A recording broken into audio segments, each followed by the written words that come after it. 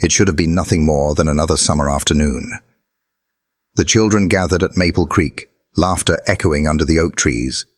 But games can turn cruel, and dares can turn deadly. Eli, small and shy, was chosen as the victim of their challenge. His protests, "I don't know how to swim," were drowned in mockery. Tears blurred his eyes as he stepped to the edge, and then the earth gave way. Panic shattered the air. A child's cry faded beneath rushing water, and just when hope seemed lost, a German shepherd appeared, his body slicing through the grass, his heart pounding with purpose.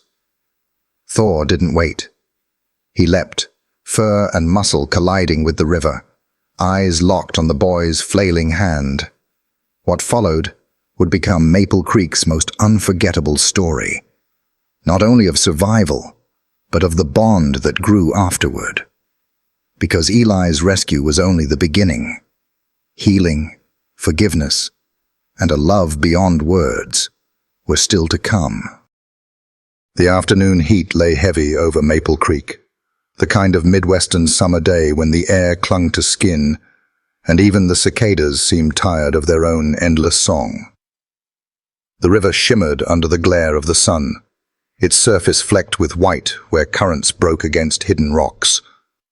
From a distance it looked harmless, a ribbon of silver winding through the town's edge. But those who knew it well, the old fishermen with sun-scorched necks, the mothers who called their children home before supper, they understood that Maple Creek was no gentle stream. It carried a strength beneath the surface, fast and unpredictable, like a wild horse that never submitted to reins. Beneath the sprawling oak trees along its bank, a group of children had gathered. Their laughter rang bright, cutting through the stillness of the afternoon. To anyone passing by, it might have looked like nothing more than a knot of restless energy, sneakers kicking up dust, shirts damp with sweat, voices tumbling over one another in the endless chatter of youth. But within that circle, a quiet hierarchy pulsed. The older boys, tall for their age, with sun-bleached hair and scraped knees, stood at the center. They carried themselves with the swagger of 13-year-olds who believed they'd already tasted the world's hardness. Their voices were louder, their jokes sharper, their elbows always pushing. Around them hovered the younger children, eager, nervous, waiting for scraps of approval. Every laugh from the bigger kids was a currency the smaller ones longed to earn. "Bet you can't climb higher than this," one boy shouted, scaling halfway up the oak before dangling from a branch. The younger kids cheered, though most of them would never dare follow. Another boy skipped rocks across the river's surface, counting under his breath, grinning when the stone skipped 6 times before sinking. The others clapped like it was a victory worth writing down. And then, as always, the games began to twist. Dares grew bolder, edged with cruelty, disguised as fun. A worm dangled in someone's hand, shoved toward a younger child's face. Another was told to sprint barefoot across the jagged stones near the water. Each test was framed as proof of courage, proof of belonging. At the outer edge of the group, a few children shifted uneasily, their eyes flicking toward the warning signs nailed into the trees. The boards were old, the paint faded, but the words still shouted their warning. Danger, strong currents, no swimming. No one spoke of them aloud, but their presence loomed, a silent reminder that Maple Creek had claimed lives before. The older boys ignored the signs. They always had. To them, rules were made to be broken, and warnings were nothing but invitations. The river wasn't a danger. It was a stage, a place to prove themselves. The sound of rushing water filled the spaces between laughter, steady and relentless. It was as if the river itself listened, waiting. One of the oldest boys, lanky and sharp-eyed, let his gaze settle on the smaller children clustered together. His smirk curled as he whispered something to the boy beside him. Both laughed, and soon the others followed, their voices blending into a single chant that carried the edge of mischief turning mean. "Who's next?" The question rippled through the group, eyes darting, feet shuffling. The younger ones froze, each silently praying the finger wouldn't point their way. No one wanted to be chosen, but no one dared refuse once they were. The oak trees stood tall and silent witnesses, their shadows stretching long across the ground. The air grew heavier, the laughter sharper, and somewhere beneath the surface of Maple Creek, the current twisted with quiet hunger.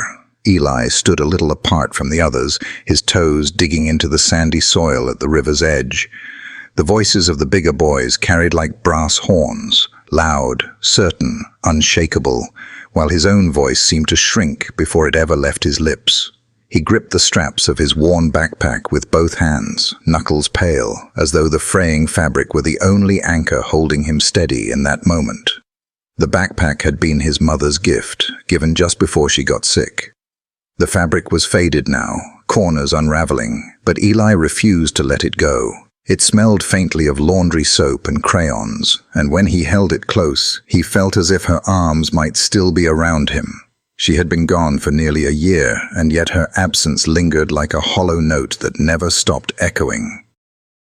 His father did his best, cooking scrambled eggs in the mornings, folding laundry late at night, but grief had carved deep lines into the man's face.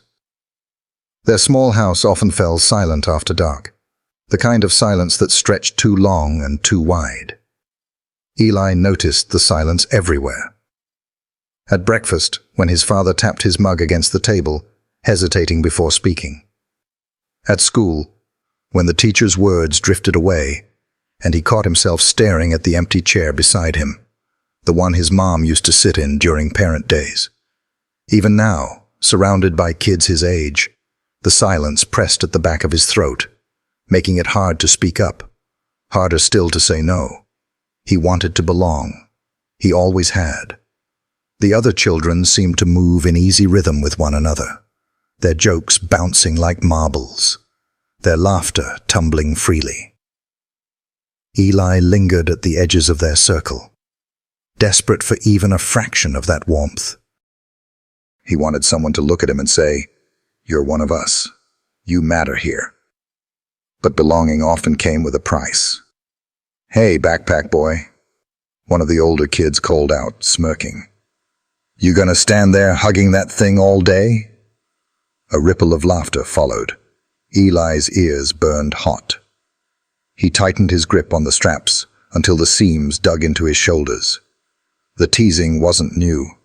They often mocked the way he clung to that backpack, or the way his hair stuck up at odd angles, because his father never quite managed to comb it right. It stung, but he had learned to bear it quietly, swallowing the ache like medicine that never healed anything. Still, he stayed. He endured their taunts because sometimes, if he was lucky, they let him run with them across the fields, or sit beneath the oak tree while they swapped ghost stories. Those moments were rare, but to Eli, they felt like sunlight breaking through clouds. Now, though, as he watched the older boys exchange glances and whisper among themselves, unease prickled at his skin. Their laughter no longer carried the ring of harmless fun. It had shifted, sharper, meaner, pointed like knives waiting to be thrown. He shifted his weight from one foot to the other, the toes of his sneakers tracing nervous half-circles in the dirt. He wanted to leave, to walk back up the hill and follow the road home where his father would be fixing dinner, humming tunelessly over the stove. But leaving would mean turning his back on them, and he feared the sting of rejection more than the bite of their words. A gust of wind swept across the river, tugging at the loose hem of his t-shirt. He lifted his gaze toward the water. The current looked faster up close, the surface churning with hidden strength. His chest tightened. His mother had once warned him never to get near the river alone. "It doesn't forgive mistakes," she had said softly, brushing the hair from his forehead. The memory returned now, with an almost physical weight, pressing against his ribs. "Come on, Eli," another boy urged, his tone taunting. "Don't just stand there. Show us you're not scared." The words lodged in Eli's chest like thorns. He wasn't brave, not like his father had been in the stories he sometimes told about younger days, working construction, standing on high beams without fear. Eli wasn't strong, not like the boys who wrestled one another in the grass until someone gave up.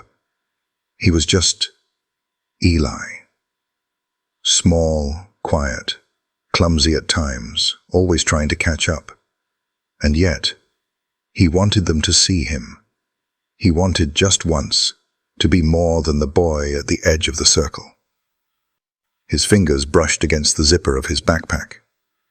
Inside was a small sketchbook, pages filled with drawings of trees, dogs, and rivers. His mother had encouraged him to draw when he was younger, telling him that the world always made more sense when he put pencil to paper. He thought about showing it to the others, but he could already imagine their laughter. They wouldn't see the careful shading or the way he tried to capture sunlight through leaves. They would see a boy clinging to paper instead of courage, so he kept silent, swallowing the lump in his throat. His eyes watered, though whether from the bright sun or the sting of humiliation, he couldn't tell. He blinked rapidly, willing the tears not to fall. Boys weren't supposed to cry, especially not in front of others. A shadow passed over him as one of the bigger boys stepped closer, smirking down. "What's wrong, Eli? Afraid the big bad river's gonna swallow you whole?" The laughter returned, sharp and echoing. Each chuckle scraped across Eli's nerves until his chest ached with the effort of standing still. He wanted to scream yes, to say that he was terrified, that he couldn't swim, that he just wanted to go home, but the words refused to leave his throat. Fear of ridicule weighed heavier than fear of the water. Somewhere nearby, a bird took flight from the branches, its wings scattering sunlight in a spray of gold. Eli followed it with his eyes, longing for that same freedom, that same escape from the suffocating circle closing in around him. But when he lowered his gaze, the circle of boys remained, their eyes fixed on him like hawks circling prey. The cruelty of their peer pressure pressed against his innocence, grinding it down bit by bit. His longing to belong, his aching loneliness, his grief over his mother. All of it mixed into a single fragile hope. Maybe if he proved himself, they would finally let him in. The river roared beside them, indifferent, eternal. Eli stood trembling at its edge, a child caught between the desperate need for acceptance and the quiet voice of fear inside him. He didn't know it yet, but the choice forced upon him that day would draw a line through his life, the boy he was before, and the boy who would emerge from the water forever changed. The laughter that rippled through the group no longer sounded playful. It carried a sharper edge, like glass breaking underfoot. The older boys, flushed with the thrill of control, leaned closer toward Eli, their shadows falling across his small frame. "All right, Eli," one of them said, voice thick with mock authority. "It's your turn. Jump." Eli froze. His eyes darted toward the river, its surface gleaming under the afternoon sun. What had seemed distant now loomed terrifyingly close. The current swirled and foamed, carrying broken branches and clumps of weeds. He could hear it now, the low roar, relentless, hungry. His stomach twisted. I can't," he stammered, his voice so faint it was nearly swallowed by the rush of water. "I don't know how to swim." The admission fell heavy in the air. For a heartbeat, silence lingered. Then came the chorus of mockery. "You don't know how to swim?" one boy sneered, his tone exaggerated in disbelief. "What are you, a baby?" another added. My little sister can swim better than you, and she's 6. The words landed like stones against Eli's chest. His hands gripped the straps of his backpack so tightly, the frayed edges cut into his skin. He wanted to shrink, to disappear into the shade of the oak tree behind him. But the circle had closed in, hemming him near the river's edge. "Scaredy cat," one of them muttered, and soon the chant began. "Scaredy cat, scaredy cat." Their voices rose, a cruel rhythm meant to hammer down whatever resistance he had left. Eli's throat burned, his eyes stung. He shook his head desperately, but the shaking only made the laughter louder. His gaze dropped to his hands, trembling, useless, betraying the fear that surged through him. He tried to hide them behind his back, but the boys had already noticed. "Look at him," someone jeered. "He's shaking like a leaf." A tear slipped down Eli's cheek, hot and humiliating. He swiped at it quickly, but the older boys saw. Their grins widened, triumph written across their faces. In their eyes, his fear was entertainment. "Come on, Eli," the ringleader pressed, stepping closer. "It's just water. You jump in, you'll come right back out. Or—" he leaned down, eyes narrowing. "You can walk home and let everyone know you're too scared to do what we all did." Eli's breath came in shallow gasps. His chest heaved as though the air itself had turned too heavy. Somewhere deep inside, a voice screamed, "No, don't do it." But another voice, quieter yet sharper, whispered, "If you don't, they'll never let you belong." The backpack slipped from his shoulders, landing in the dust at his feet with a muffled thud. The sound echoed in his ears like a door closing behind him.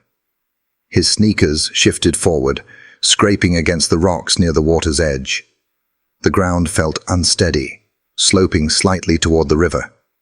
He stretched his arms out for balance, heart hammering. The boys whooped behind him, their cheers a twisted encouragement. "Attaboy! Show us you're not a coward." But Eli didn't feel brave. Every step closer sent panic flooding through his veins. The river's roar grew louder, as though it had been waiting for him all along. He thought of his father at home, probably setting the table, expecting his son back for supper. He thought of his mother's voice, soft and warning, telling him never to go near the river alone. His lip quivered, his eyes blurred with fresh tears. He whispered again, more to himself than to them, "I can't swim." But the chant drowned him out. "Scaredy cat. Scaredy cat." The words pressed into him, heavier than stone, until the shame outweighed the fear. Eli took another step. His foot slid on a patch of loose gravel, sending a shiver of instability up his small body. He wobbled, arms flailing for balance. The group gasped, then laughed, the sound grating and merciless. The edge was only inches away now. The sunlight bounced harshly off the water, stabbing at his eyes. His chest tightened until it hurt to breathe. His hands trembled so violently he had to clench them into fists just to keep still. And then it happened. His sneaker caught on a jutting root. The earth crumbled beneath his weight. For one desperate moment, Eli clawed at the air, reaching for something, anything to hold on to. His tear-filled eyes widened, mouth opening in a soundless cry. The world tilted. The shouts of the children blurred into a single note of horror. And then Eli slipped.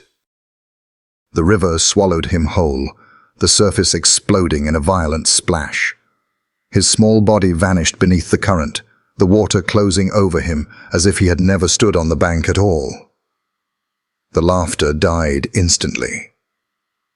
Silence fell, broken only by the river's roar and the distant cry of a startled bird. The older children stared, their faces pale, their bravado shattered in an instant. Eli was gone. The splash was deafening. For a split second, water erupted skyward, droplets catching the light like shattered glass. Then the river swallowed Eli whole, pulling him beneath with brutal indifference. The older kids stood frozen, their laughter cut short mid-breath. It was as if the world had tilted under their feet, the summer sun suddenly colder, the air suddenly heavier. What had been a game, a cruel dare meant only to tease, had turned into something darker in an instant. "Eli!" one boy screamed, voice breaking. His eyes darted across the water, searching for the small figure that had disappeared so quickly, but the river offered no answer. A girl clapped both hands over her mouth, stifling a sob. Another boy swore under his breath, backing away as if distance could erase what had just happened. The ringleader, the one who had pressed Eli hardest, stood rigid, his face drained of color. His mouth opened and closed without sound, like a fish gasping for air on the bank. Then, faintly, it came. A cry, thin, high-pitched, strangled with water. Eli's voice. "Help! Please!" Every child jolted at the sound. For a heartbeat, hope flared. But just as quickly, fear rooted them to the spot. None of them moved toward the water. None dared.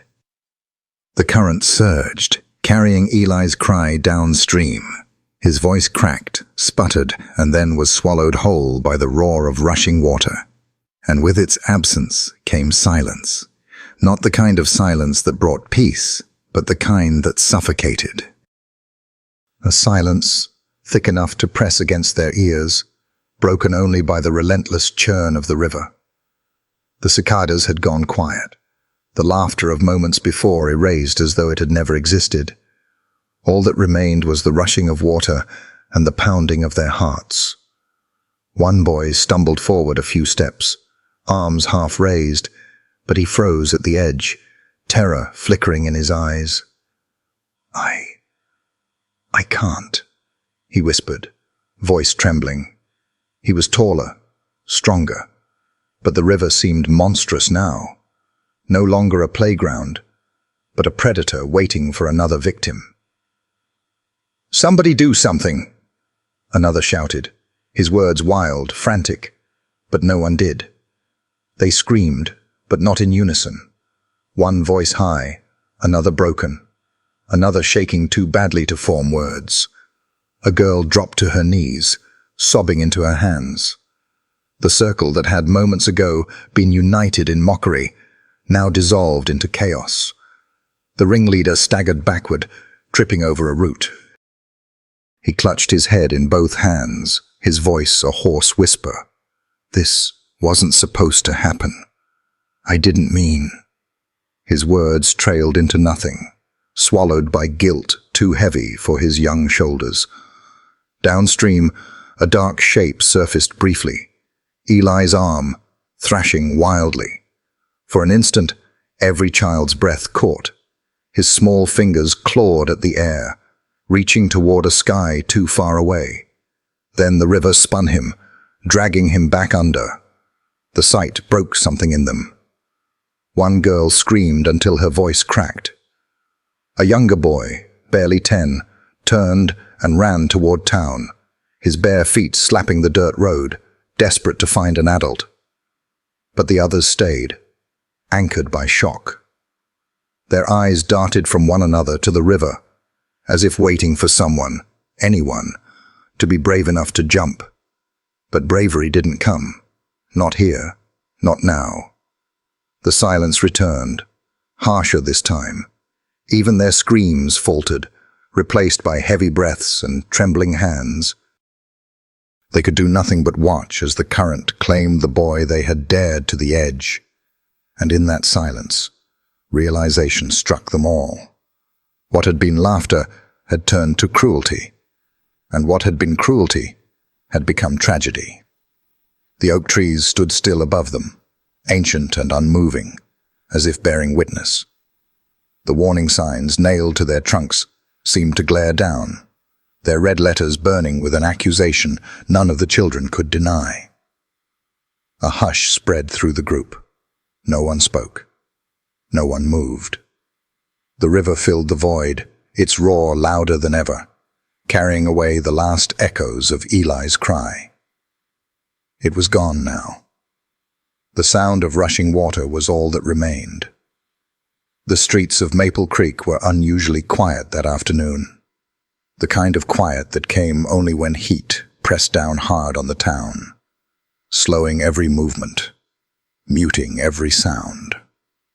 Officer Daniel Hayes walked his patrol route along the shaded path that ran parallel to the river. His uniform clung damply to his back, but his pace remained steady. At his side, Thor trotted with the calm precision of a seasoned K9, his black and tan coat gleaming even in the haze of summer. Thor was more than just a partner. To Daniel, he was a lifeline, the one constant presence since his wife's passing 3 years earlier.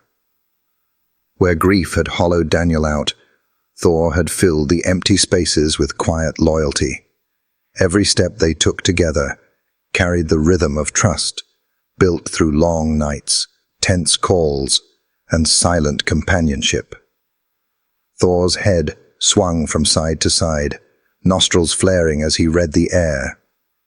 Even on a routine patrol, he never let his guard down. His ears twitched, catching sounds Daniel would never notice: the buzz of insects in the grass, the faint scuttle of a rabbit darting for cover. Then, suddenly, Thor froze. His body stiffened, tail rigid, ears thrust forward. The change was so abrupt that Daniel nearly stumbled. "What is it, boy?" Daniel asked, instinctively tightening his grip on the leash. But Thor didn't wait. A sharp, guttural bark tore from his throat, not the casual bark of a dog at play, but the deep, urgent warning of a soldier answering a call. Before Daniel could react, Thor lunged forward, muscles surging with sudden purpose, the leash strained tight, nearly yanking Daniel off his feet. "Thor, heel!" Daniel commanded, but the dog ignored him. Something had reached him, a sound carried faintly across the water, a cry that human ears could barely catch, but Thor had seized upon instantly. Another bark, sharper this time. Then Thor broke into a sprint, dragging Daniel behind him. Grass flattened under his paws as he cut through the field, each stride full of relentless drive. "Thor, wait!" Daniel shouted, stumbling into a run. But even as the words left his mouth, his gut tightened. Thor was never reckless, never disobedient without cause. If he was running, it meant danger. Real, immediate, and close. Daniel's heart began to hammer. He picked up speed, his boots pounding the earth. Ahead, he caught glimpses of Thor's powerful body, cutting through the tall grass, the sun glinting off his sleek coat. And then Daniel heard it. A faint, strangled sound carried on the wind. A child's voice. It was thin, broken, and desperate. "Help." Daniel's stomach dropped. Adrenaline surged through him, burning away the heavy heat of the day. He knew that sound. He had heard it too many times in his career. The unmistakable edge of fear in a young voice fighting against drowning. "God," he muttered, his legs pumping harder. Thor bounded ahead, clearing a low rise. For a moment, he disappeared from sight. Then, Daniel crested the hill and saw it. The river below, restless and roaring. On its surface, a small figure flailed helplessly, arms thrashing before vanishing under the current. The boy went under. "No!" Daniel shouted, voice raw, but Thor was already moving.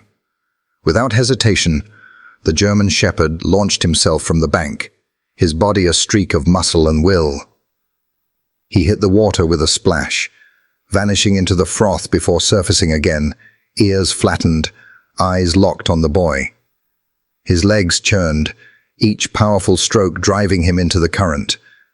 Daniel skidded to the bank, nearly losing his footing on the slippery mud. His chest heaved, lungs straining for air, as his eyes tracked Thor's dark shape, cutting toward the child. "Hold on, kid! Hold on!" he shouted, though the boy's head was already dipping beneath the surface again. Thor barked once, the sound muffled by the water, but its determination carried across the distance. Daniel had worked alongside the dog long enough to recognize what it meant. "I've got this." The scene locked itself into Daniel's mind with brutal clarity. The river roaring, the boy sinking, and Thor, his partner, charging headlong into danger without waiting for orders. Daniel knew what that meant. His dog wasn't just chasing instinct. He was answering something deeper. The call that only loyalty, training, and love for human life could command. And Daniel also knew this. He had no choice but to follow. The river swallowed Thor with a violent splash, its surface erupting around his muscular frame before closing in again, foam clinging to his fur like claws. For an instant, Daniel lost sight of him, panic seizing his chest. Then the shepherd's head broke the surface, ears pressed flat, eyes burning with unshakable focus. Thor's legs churned, each stroke a battle against the current. Water surged around him, pulling sideways, dragging him downriver. But Thor drove forward with the relentless rhythm of a creature who knew only one truth: the boy must live. Thor. "Easy, boy," Daniel shouted from the bank, though his voice cracked, carried off by the roar of the water. His throat burned with the futility of the words. He couldn't call Thor back. He couldn't tell him to heal, to wait. That wasn't an option anymore. Ahead, Eli surfaced briefly, his small hands clawing at the air. His mouth opened in a desperate gasp before another wave crashed over him, forcing him under. The sight cut Daniel like a blade. He ran along the bank, boots slipping in the mud, his eyes locked on the boy. "Hold on, kid. Don't quit on me." But Eli's body bobbed weakly, tossed like driftwood. His thin arms slapped the water, frantic but feeble. His eyes, wide, terrified, caught Daniel's for a fleeting moment. And then the river dragged him under again. Thor surged forward, foam slapping against his muzzle. His body strained with the current, but he kept his gaze fixed on the spot where Eli had disappeared. Daniel could see the muscles rippling beneath the dog's sodden coat, each stroke a defiance of the river's strength. "Thor, get him!" Daniel roared, the words more plea than command. His chest heaved, adrenaline flooding his veins, fear tangled inside him, fear for the boy and fear for the dog, who was more than a partner, more than a friend. Thor was family. The water roared louder, rushing past rocks hidden just beneath the surface. Daniel's mind raced with every nightmare scenario. Thor trapped against the undertow, Thor's legs caught by submerged branches, Eli vanishing forever into the deep. He forced himself forward, sprinting down the bank, searching for a place he could enter without the current ripping him away. Thor's bark rang out, muffled, but fierce. He dove, a streak of black and tan vanishing under the froth. Daniel's heart lurched. Seconds passed. Too many. Then Thor broke the surface, gasping, his jaws snapping at air before locking back onto his target. His eyes burned with purpose. Daniel had seen that look before, during drug raids, during frantic searches for missing children, but never with this much desperation. It was as if Thor's entire existence had narrowed to a single mission. Eli surfaced again, sputtering, his head barely above water. His small fists flailed weakly, then disappeared. The sight tore a ragged cry from Daniel's chest. "God, no! Eli!" Thor lunged, body cutting through the current like a torpedo. His mouth clamped down gently but firmly on the boy's shirt. The fabric stretched, nearly tearing under the force of the river, but Thor held fast. He turned his body with practiced instinct, angling downstream to use the current instead of fighting it head-on. "Good boy, Thor! Bring him in!" Daniel shouted, running parallel, his voice raw with both command and prayer. But the river wasn't finished. A broken log spun toward them, colliding with Thor's side. The impact shoved him under, boy and dog vanishing together into the churning foam. Daniel's scream ripped from his lungs, primal and panicked. He tore at his gun belt, yanking it off, tossing it onto the grass. Without another thought, he plunged into the river. The cold hit like knives, stealing his breath, but he forced his arms forward, driven by sheer will. "Thor! Eli!" His voice cracked, swallowed instantly by the water. He dove, eyes burning, searching through the murky swirl. A glimpse of fur, a flash of a small arm, then nothing. The current shoved him sideways, tumbling him against jagged stones that scraped his legs. His lungs screamed, but he kept pushing, hands clawing through the dark water. Then, a tug on the leash. He had forgotten he was still gripping Thor's line, wrapped tight around his wrist. It pulled hard, downward. Daniel kicked, fighting the drag, praying it would lead him to them. The leash jerked again. Daniel dove deeper, vision blurring. Shapes twisted in the green murk. He stretched out his hand blindly, fingers grazing fabric, a sleeve. He latched on with everything he had. They surfaced together in a violent eruption, Thor gasping, Eli limp in his jaws. The boy's head lolled, eyes closed, lips tinged blue. "Thor, hold on!" Daniel coughed, pulling them toward the bank. His arms burned, his body screamed, but he kept going, forcing every ounce of strength he had into each stroke. The river fought them, swirling, battering, refusing to let go. Thor's legs churned furiously, his teeth locked on Eli's shirt, as if his own life depended on it. Daniel pulled at the leash, guiding them closer, closer. And then, just as Daniel thought they might make it, the current surged. Eli's body slipped free from Thor's grip, twisting away into the water. "No!" Daniel bellowed, his voice breaking. Thor dove instantly, disappearing under the surface again, leaving only bubbles and froth.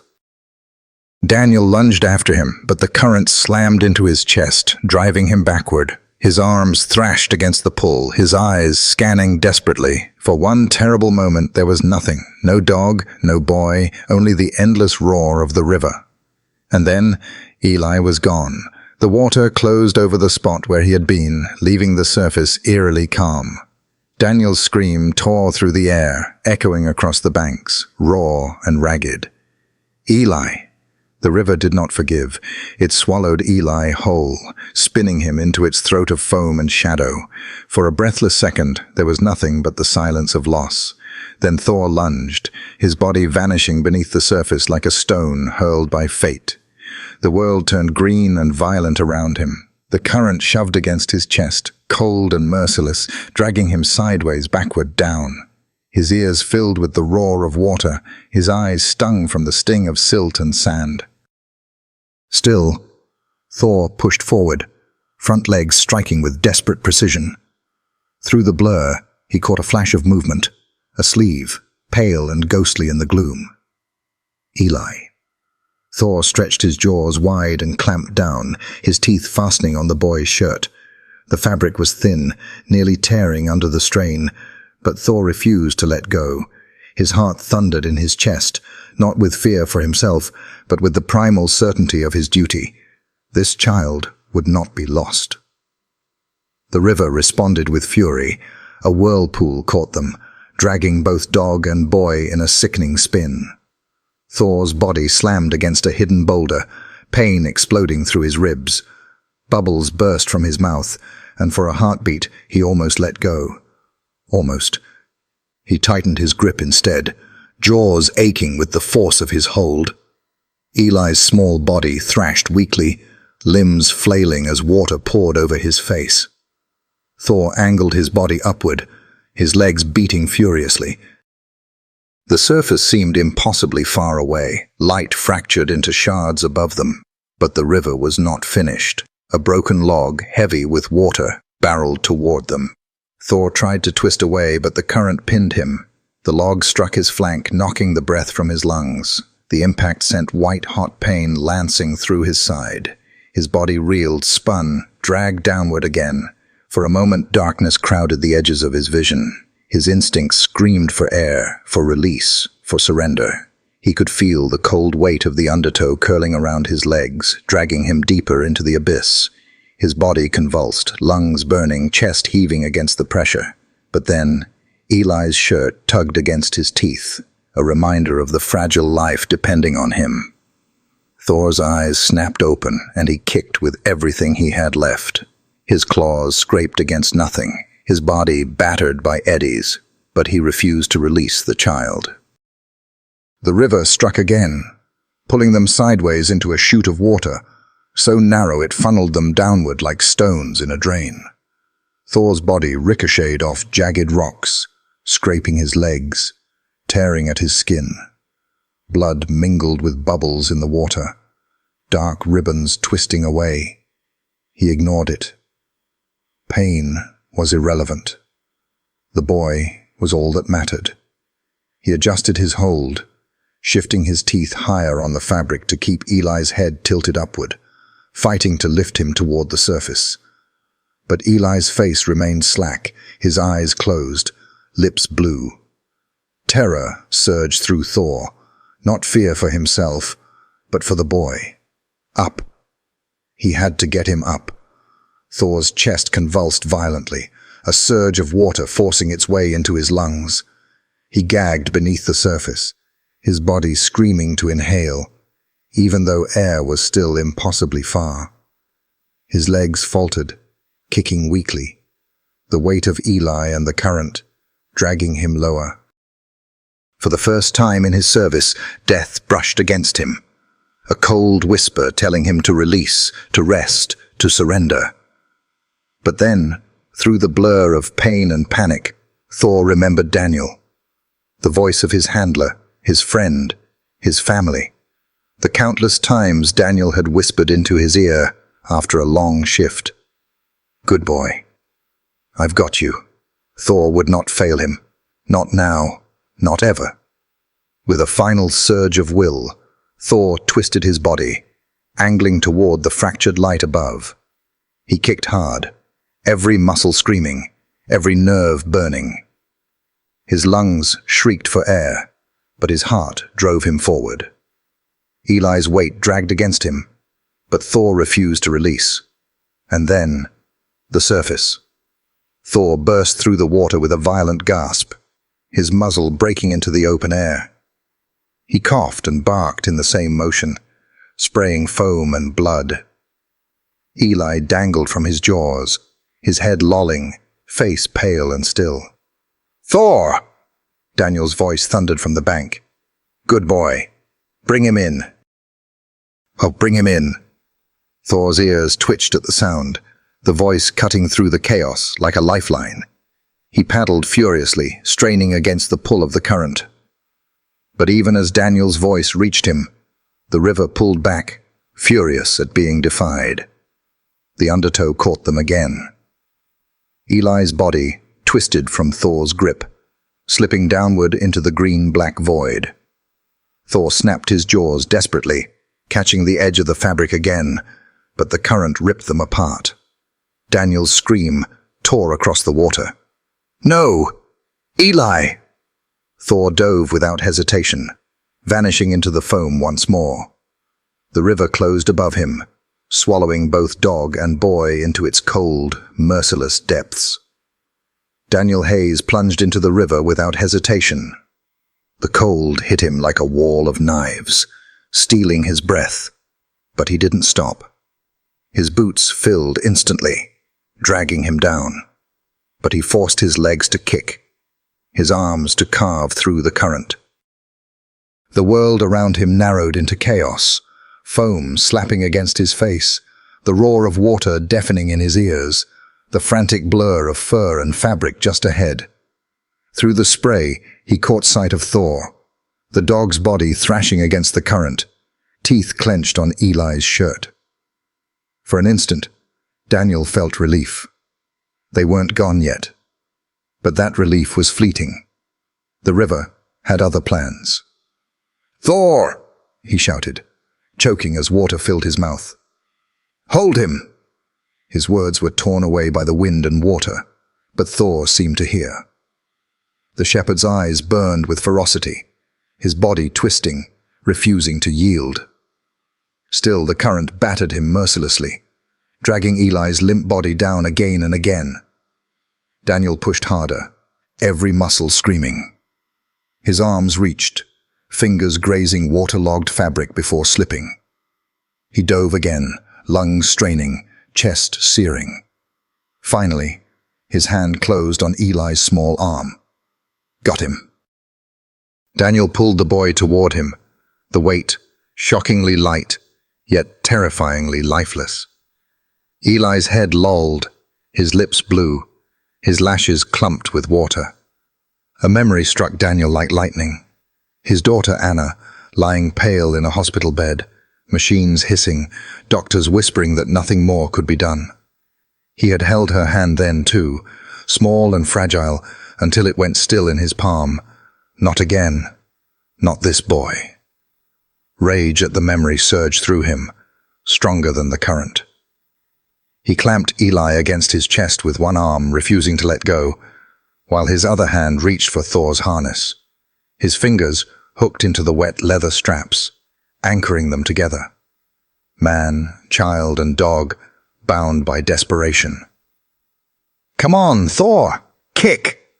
Daniel roared, though his own legs faltered. Thor obeyed without question, his paws slicing furiously against the water. Daniel kicked alongside him, every stroke tearing through exhaustion. Together they surged toward the bank, though the river fought them every inch. Logs spun past, threatening to strike. Rocks scraped Daniel's shins, tearing skin. But he didn't slow. He felt Eli's chest against his, still and cold, and his heart screamed with the need to feel breath there again. Memories crashed over him as violently as the waves. Anna's laugh echoing in their backyard, her hair catching sunlight as she spun, her small arms wrapping around his neck. Then the hospital, the sterile smell of antiseptic, the silence after her last breath. He had sworn he would never forgive himself for failing to save her. Not again. God, not again. "Stay with me, Eli," he shouted, voice breaking, as if sheer force of will could drag life back into the boy's body. The current surged, shoving them sideways, nearly tearing Eli from his grip. Daniel locked his arms tighter, his muscles burning, vision blurring from exertion. Thor barked once through a mouthful of river, a guttural sound of defiance, as if promising Daniel he would not let go either. Together they pushed, inch by inch, the muddy bank drawing closer. Daniel's lungs screamed for air, his body shaking, but he refused to stop. He could almost hear Anna's voice whispering in his ear, not accusing, but urging. "Don't let go this time, Daddy. Don't let go." "I won't," he gasped, eyes blazing, arms clamped tighter around Eli. The boy's head tilted back, his face ghostly pale, water streaming from his nose and mouth. Daniel felt panic claw at him. He pressed his lips to the boy's ear, voice ragged but steady. "You hear me, kid. You're not leaving. Not today." Thor's paws scraped bottom first, claws finding purchase in the gravel beneath the water. The shepherd strained, body trembling with effort, but he held firm, hauling them forward. Daniel followed, boots dragging through the muck, muscles screaming as he lifted Eli higher above the current. The bank was within reach. Daniel lunged, one hand gripping a root jutting from the earth. He pulled with a roar, dragging all three of them out of the river's clutches. They collapsed together in a heap, man gasping, dog trembling, boy limp between them. Daniel ripped his soaked uniform open at the collar, gasping for breath, but his eyes never left Eli. He shook the boy gently, his hands trembling. "Come on, Eli. Breathe. You've got to breathe." Thor pressed his muzzle against Eli's chest, whining, as though pleading with him too. The dog's body quivered, his flanks heaving, but his eyes never left the boy. Daniel leaned closer, his tears mixing with the river water, dripping down his face. "Don't do this to me," he whispered. "Don't make me lose another child." The memory of Anna burned in his chest, but this time he refused to accept silence. He placed Eli flat on the muddy ground, water pooling around them. His hands moved instinctively, beginning chest compressions, counting under his breath, his voice breaking on each number. 1, 2, 3. Breathe. Damn it! The scene blurred at the edges as fear pressed in. The sound of the river faded, replaced by the thundering of Daniel's heart, the ragged cries of Thor, and the desperate silence of the boy beneath his hands. Not again, Daniel thought, his chest aching. Not again. The muddy bank of Maple Creek was a battlefield of breath and silence. Daniel knelt over Eli's still body, knees sinking deep into wet earth, his chest heaving with desperation. The boy's skin was pale, lips tinged with blue, water streaming from his hair onto the dirt. He looked impossibly small, impossibly fragile. A child caught between the grasp of life and the pull of the river. "Stay with me, kid. Come on," Daniel rasped, his voice cracking as he pressed both hands against Eli's chest. And he counted each compression aloud, his voice a raw blend of command and prayer. 1, 2, 3. Breathe. He tilted the boy's head back, forcing air into Eli's lungs. The boy's chest rose weakly, then fell again, limp. No sound. No response. "Damn it! Don't you dare quit on me!" Daniel's shout carried across the clearing, jagged with fear. Beside him, Thor crouched low, soaked fur plastered to his sides, body trembling from exhaustion. The shepherd's amber eyes never left Eli's face. He whined, a sound that cut deeper than any scream, then pressed his nose against the boy's cheek, as though trying to warm him back into life. When one of the older children stumbled forward, perhaps intending to help, Thor snapped his head up, lips curling, a warning growl rumbling from his chest. His soaked body bristled, shielding Eli like a sentinel who would allow no one to touch the child. But Daniel. The children recoiled, wide-eyed. They had never seen such fierce devotion, never seen a creature guard life with such ferocity. They stood frozen at the edge of the clearing, tears streaking dirt-stained faces, the horror of their game carved into their expressions. Daniel barely noticed them. His entire world had shrunk to the rhythm beneath his hands, the rise and fall that refused to come. He pressed harder, his arms shaking with effort, his mind flashing back to a hospital room years ago. His daughter's tiny chest had lain still beneath the white sheets, his hands helpless, his pleas unanswered. He could still feel the weight of her silence pressing into him. Not again. Not this boy. Please, God, not again. 1, 2, 3. Breathe, he cried, bending down again. His lungs filled with mud-streaked air as he forced breath into Eli's mouth. And then, suddenly, a twitch, a weak convulsion rolled through Eli's small frame. His chest heaved, his body arched, then jolted violently. A choking sound tore free from his throat, raw and wet. Eli coughed. The sound shattered the silence like a bell tolling at dawn. He coughed again, water gurgling from his mouth, spilling across his cheek and onto Daniel's shaking hands. Each cough was desperate, painful, but alive. "Yes!" Daniel's voice cracked, half sob, half laugh. "That's it! Come on, Eli, breathe for me!" The boy gasped, a ragged, broken intake of air that sounded like salvation itself. His eyes fluttered open, glazed and unfocused, but open. His lips trembled as he drew another shallow breath, then another. Daniel sagged forward, his forehead pressing to the muddy ground beside Eli's shoulder. Relief poured through him in a flood so fierce it stole his strength. Tears burned his eyes, hot and unrelenting. He gripped Eli's small hand, clinging to it as though it were a lifeline for them both. Thor whined louder now, pawing at Eli's arm, then lowering his body protectively over the boy's legs. His growl still rumbled when anyone shifted too close, but his eyes softened as they lingered on Eli. He stayed pressed against him, a living barrier between the boy and the chaos around them. The townsfolk arrived in a rush, parents drawn by screams, by the sight of children running through the streets. They gathered at the edge of the clearing, gasping, hands covering mouths as they saw the scene unfold.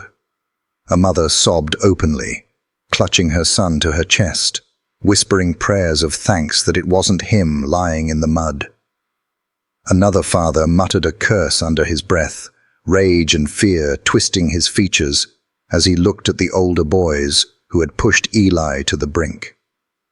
But all eyes, inevitably, returned to the center, to the child who had been pulled from death's hands, to the officer kneeling over him, tears streaking his face, and to the drenched German shepherd whose trembling body still shielded the boy like a wall of muscle and devotion. The weight of it broke something open in the crowd. Tears flowed freely, not just from parents but from children who had once laughed at Eli's fear. They wept now at the sight of him alive, at the sound of his fragile breaths, at the image of the dog who had risked everything to bring him back. Daniel looked up, his eyes red, voice hoarse but steady. "He's breathing. He's with us." A collective sigh rippled through the group, soft sobs echoing in its wake. Eli coughed again, weaker this time, then whispered a sound that barely carried. But Daniel heard it. "Thor." The boy's voice cracked, broken by exhaustion, but the name reached the dog. Thor's ears flicked, his eyes locking on Eli's face. He lowered his head until his wet nose touched the boy's cheek. Eli's trembling hand lifted, fingers curling weakly into the dog's fur. The sight undid Daniel completely. He bowed his head, shoulders shaking as tears fell freely into the mud. Around him, the townsfolk stood silent, reverent, watching as a child clung to a dog who had battled death itself to bring him back. The river roared on in the background, but it sounded different now. Not victorious, not claiming. It sounded humbled, as though even its fury had been silenced by what it had just witnessed. For in that moment, on the muddy bank of Maple Creek, life had won. By the time Eli was carried toward the ambulance, pale but breathing, the other children had scattered in small, frightened groups. Some tried to slink away unnoticed, mud clinging to their sneakers, while others stood frozen in place, their eyes wide with shock. But they did not get far. Parents had begun to arrive, storming down the dirt path that led to Maple Creek, drawn by the frantic cries that had reached town. The air changed the moment adults appeared. What had been a scene of childish dares and reckless laughter now cracked under the weight of accountability. Mothers and fathers pushed through the crowd, their faces shifting from relief that it wasn't their child on the stretcher, to horror as they realized what had almost unfolded on their watch. "There you are," a woman shouted, seizing her son by the arm so roughly he winced. Her voice quivered with equal parts terror and fury. "Do you have any idea what you've done?" The boy stammered, eyes fixed on the ground. His lips moved, but no words formed. Another father grabbed his daughter by the shoulders, shaking her once. "You think this is a game?" His voice broke, a mix of anger and disbelief. "That boy almost drowned. You could have killed him." The children had no answers. Their bravado had vanished, replaced by tears and trembling. Their small voices, once so sharp with taunts, were now muted, lost under the storm of adult voices rising all around them. The whispers began to spread through the gathered crowd, weaving together into something heavier than the roar of the river. They dared him. They told him to jump. He said he couldn't swim. They pushed and pushed until he fell. Every word carried judgment, slicing through the summer air like knives. Parents exchanged looks, some furious, some ashamed, as realization sank in. Cruelty had been cloaked as play, and no one had stopped it. One older boy, the ringleader, tried to defend himself, his voice shaking. We didn't mean for it to go that far. We were just what?" His mother snapped, her eyes blazing. "Just trying to humiliate him. Just trying to see how far you could push until someone got hurt." Her hand trembled as it gripped his arm tighter. "What if it had been you in that water? Would you think it was still a game?" The boy's lips quivered, but he dropped his gaze. A tear slid down his cheek, streaking through the mud. Another mother broke down, collapsing to her knees as she hugged her sobbing daughter. "What were you thinking? What if it was you? What if I'd lost you today?" Her cries rose above the murmurs, raw and unrestrained. The children clung to their parents, the weight of their choices pressing harder than any punishment could. What had been reckless cruelty in the name of courage now stood exposed as negligence, and the adults knew it. From the edge of the crowd, an older man shook his head, voice low, but carrying. "Peer pressure," he muttered. "That's what did this. Kids pushing each other until someone breaks." He spat into the dirt. "We talk about drugs, about strangers, but we forget this. The way kids tear each other down just to belong." His words rippled through the gathering, striking nerves. Heads nodded grimly.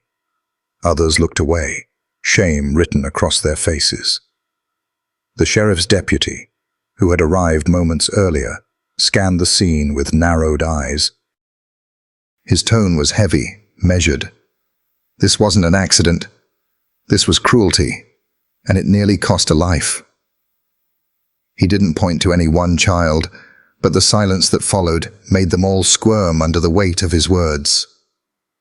Daniel stood nearby, soaked to the bone, his uniform clinging to his frame. He had Eli's backpack slung over one shoulder, mud dripping from the straps. He said nothing, but his presence spoke volumes. His eyes swept the children, lingering on each face, not with anger, but with something heavier. Disappointment. They looked away, unable to meet his gaze. Thor stood beside him, still trembling, fur plastered to his body. He pressed close to Eli's stretcher as it was lifted into the ambulance, his growl rumbling low whenever the crowd edged too near. Even exhausted, even battered by the river, Thor's loyalty stood unshaken. The parents noticed. The children noticed. And the contrast carved itself painfully clear in every heart present. While their own children had mocked and pressured, the dog had risked everything to save. A father clenched his fists, voice thick with restrained fury. "It's one thing to make mistakes," he said, "but to push another child into danger just to prove a point, that's not childhood mischief. That's cruelty." The murmurs deepened.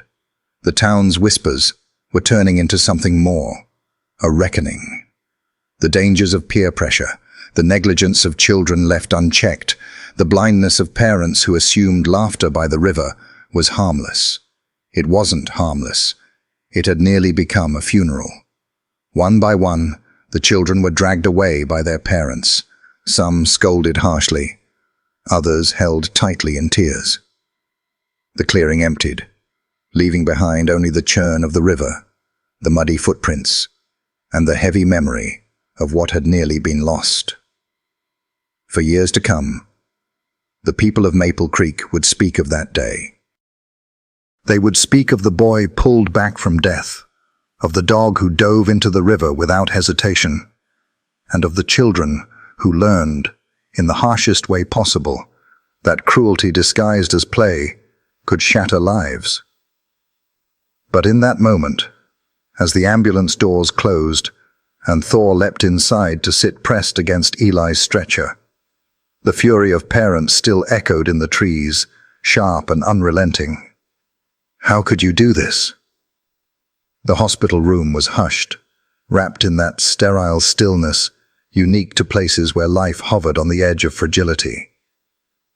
The soft beep of monitors marked time, steady and unyielding, while the faint hum of fluorescent lights cast a pale glow over the walls. Eli lay on the narrow bed, his small frame swallowed by the crisp white sheets. His skin was pale, lips cracked, his hair damp with the remnants of river water that clung even after nurses had scrubbed him clean. Tubes ran from his arm to a drip bag, clear liquid trickling drop by drop, feeding strength back into his fragile body. Beside him, a chair sat pulled close to the bed. On it rested Eli's worn backpack, its straps frayed and stained with mud, the canvas still damp from the river. Someone must have salvaged it. A silent acknowledgement of how tightly the boy had clung to it, even as the world tried to tear him away. But it wasn't the machines or the backpack that drew the first flicker of Eli's gaze when his eyelids fluttered open. It was the shape at the foot of the bed. Thor. The German shepherd lay stretched across the linoleum floor, his powerful body reduced to trembling exhaustion. His coat, once sleek, was dull and clumped in places where river mud had resisted every towel. A paw, hastily bandaged with white gauze, rested awkwardly on the tile. The bandage was already darkened at the edges, where blood had seeped through. His chest rose and fell with slow, deliberate breaths, the sound raspier than usual. Yet even in sleep, Thor's posture was watchful, his body curved toward the bed, head resting on his front legs, ears twitching at every sound the machines made. It was as though some unspoken oath bound him there, refusing to let him leave the boy unguarded. Eli's lips parted. The room seemed too quiet, the air too heavy. He swallowed against the dryness in his throat, then whispered, so faintly it was barely audible, "My hero." The words floated across the sterile room like a prayer, small but powerful. Thor's ears flicked. His eyes opened slowly, golden orbs gleaming under the fluorescent light.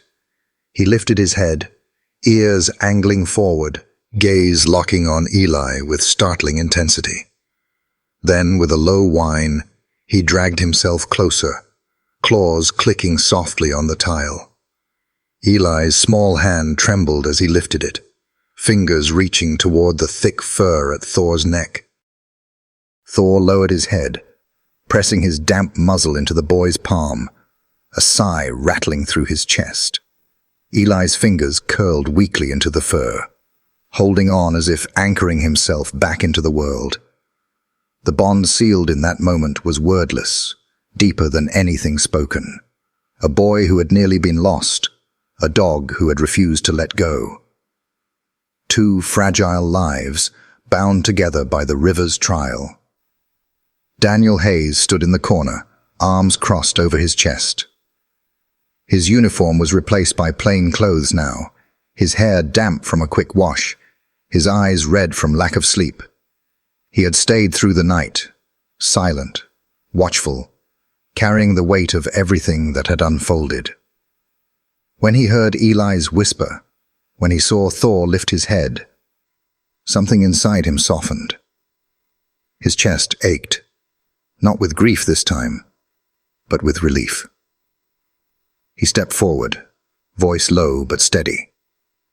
"He didn't leave your side, Eli." "Not once." Eli blinked up at him, still weak, his lips trembling with the effort of a smile.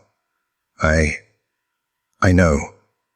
His voice was hoarse, broken by exhaustion, but the words were sure. Thor whined again, licking a droplet of water from the boy's cheek. Eli giggled faintly, the sound fragile yet piercing through the heaviness of the room, like sunlight slipping through storm clouds.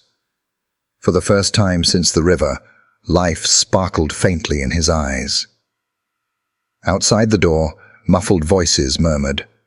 Nurses updating charts, parents whispering their guilt, reporters waiting for a story. But inside this room, time stood still. It was only the boy, the dog, and the man who had fought the river together. Eli turned his head slightly, his gaze flicking toward the worn backpack on the chair. He lifted a weak hand, pointing. Did you save it too?" Daniel nodded. "We made sure you didn't lose it." A tear slid down Eli's cheek, but it wasn't born of fear this time. It was gratitude, too large for words. He squeezed Thor's neck gently, whispering again, "My hero." Thor pressed closer, his body trembling but resolute, as if he too understood the weight of those words. For the rest of that hour, no one dared disturb the room. Nurses peeked in, but stepped back quietly, moved by the sight. In that sterile hospital wing, where machines dictated the rhythm of survival, a different kind of medicine worked: loyalty, love, and the unbreakable bond between a boy who had been given back to the world and the dog who had carried him there. News in a small town traveled faster than the wind that swept across the fields. By the next morning, Maple Creek was no longer just a quiet dot on the map. It was the center of a story that had ignited across radio stations, newspapers, and television screens. Hero dog saves boy from drowning. Canine Thor leaps into river, pulls child back from death. Headlines spilled across papers like gospel. Camera crews rolled into town, their vans parked crookedly outside the hospital, satellite dishes pointed skyward. Reporters with polished smiles and hurried steps crowded the sidewalks, microphones in hand, waiting for the slightest glimpse of the dog at the heart of the story. Thor. To them, he was no longer just a police dog. He was a hero, living proof of loyalty, bravery, and instinct sharper than human hesitation. They wanted pictures of him, sound bites from Daniel, quotes from doctors and nurses. They wanted a narrative to feed to an audience hungry for hope. But inside the hospital room, reality was quieter, harsher. Eli sat, propped against a stack of pillows, tubes still running into his arm. His small hands twisted the sheets, clutching and unclutching as if the cotton could anchor him. His eyes carried shadows far too old for his 8 years. Every time he blinked, every time his lashes lowered, he saw the river. The dark pull, the crushing weight, the moment his lungs screamed for air and none came. He tried to close his eyes and sleep, but each attempt jolted him awake, gasping, chest heaving. Nurses soothed him, adjusting the machines, but their reassurances couldn't reach the boy's mind. The river had carved itself into him. Thor lay at the foot of the bed, as steadfast as always.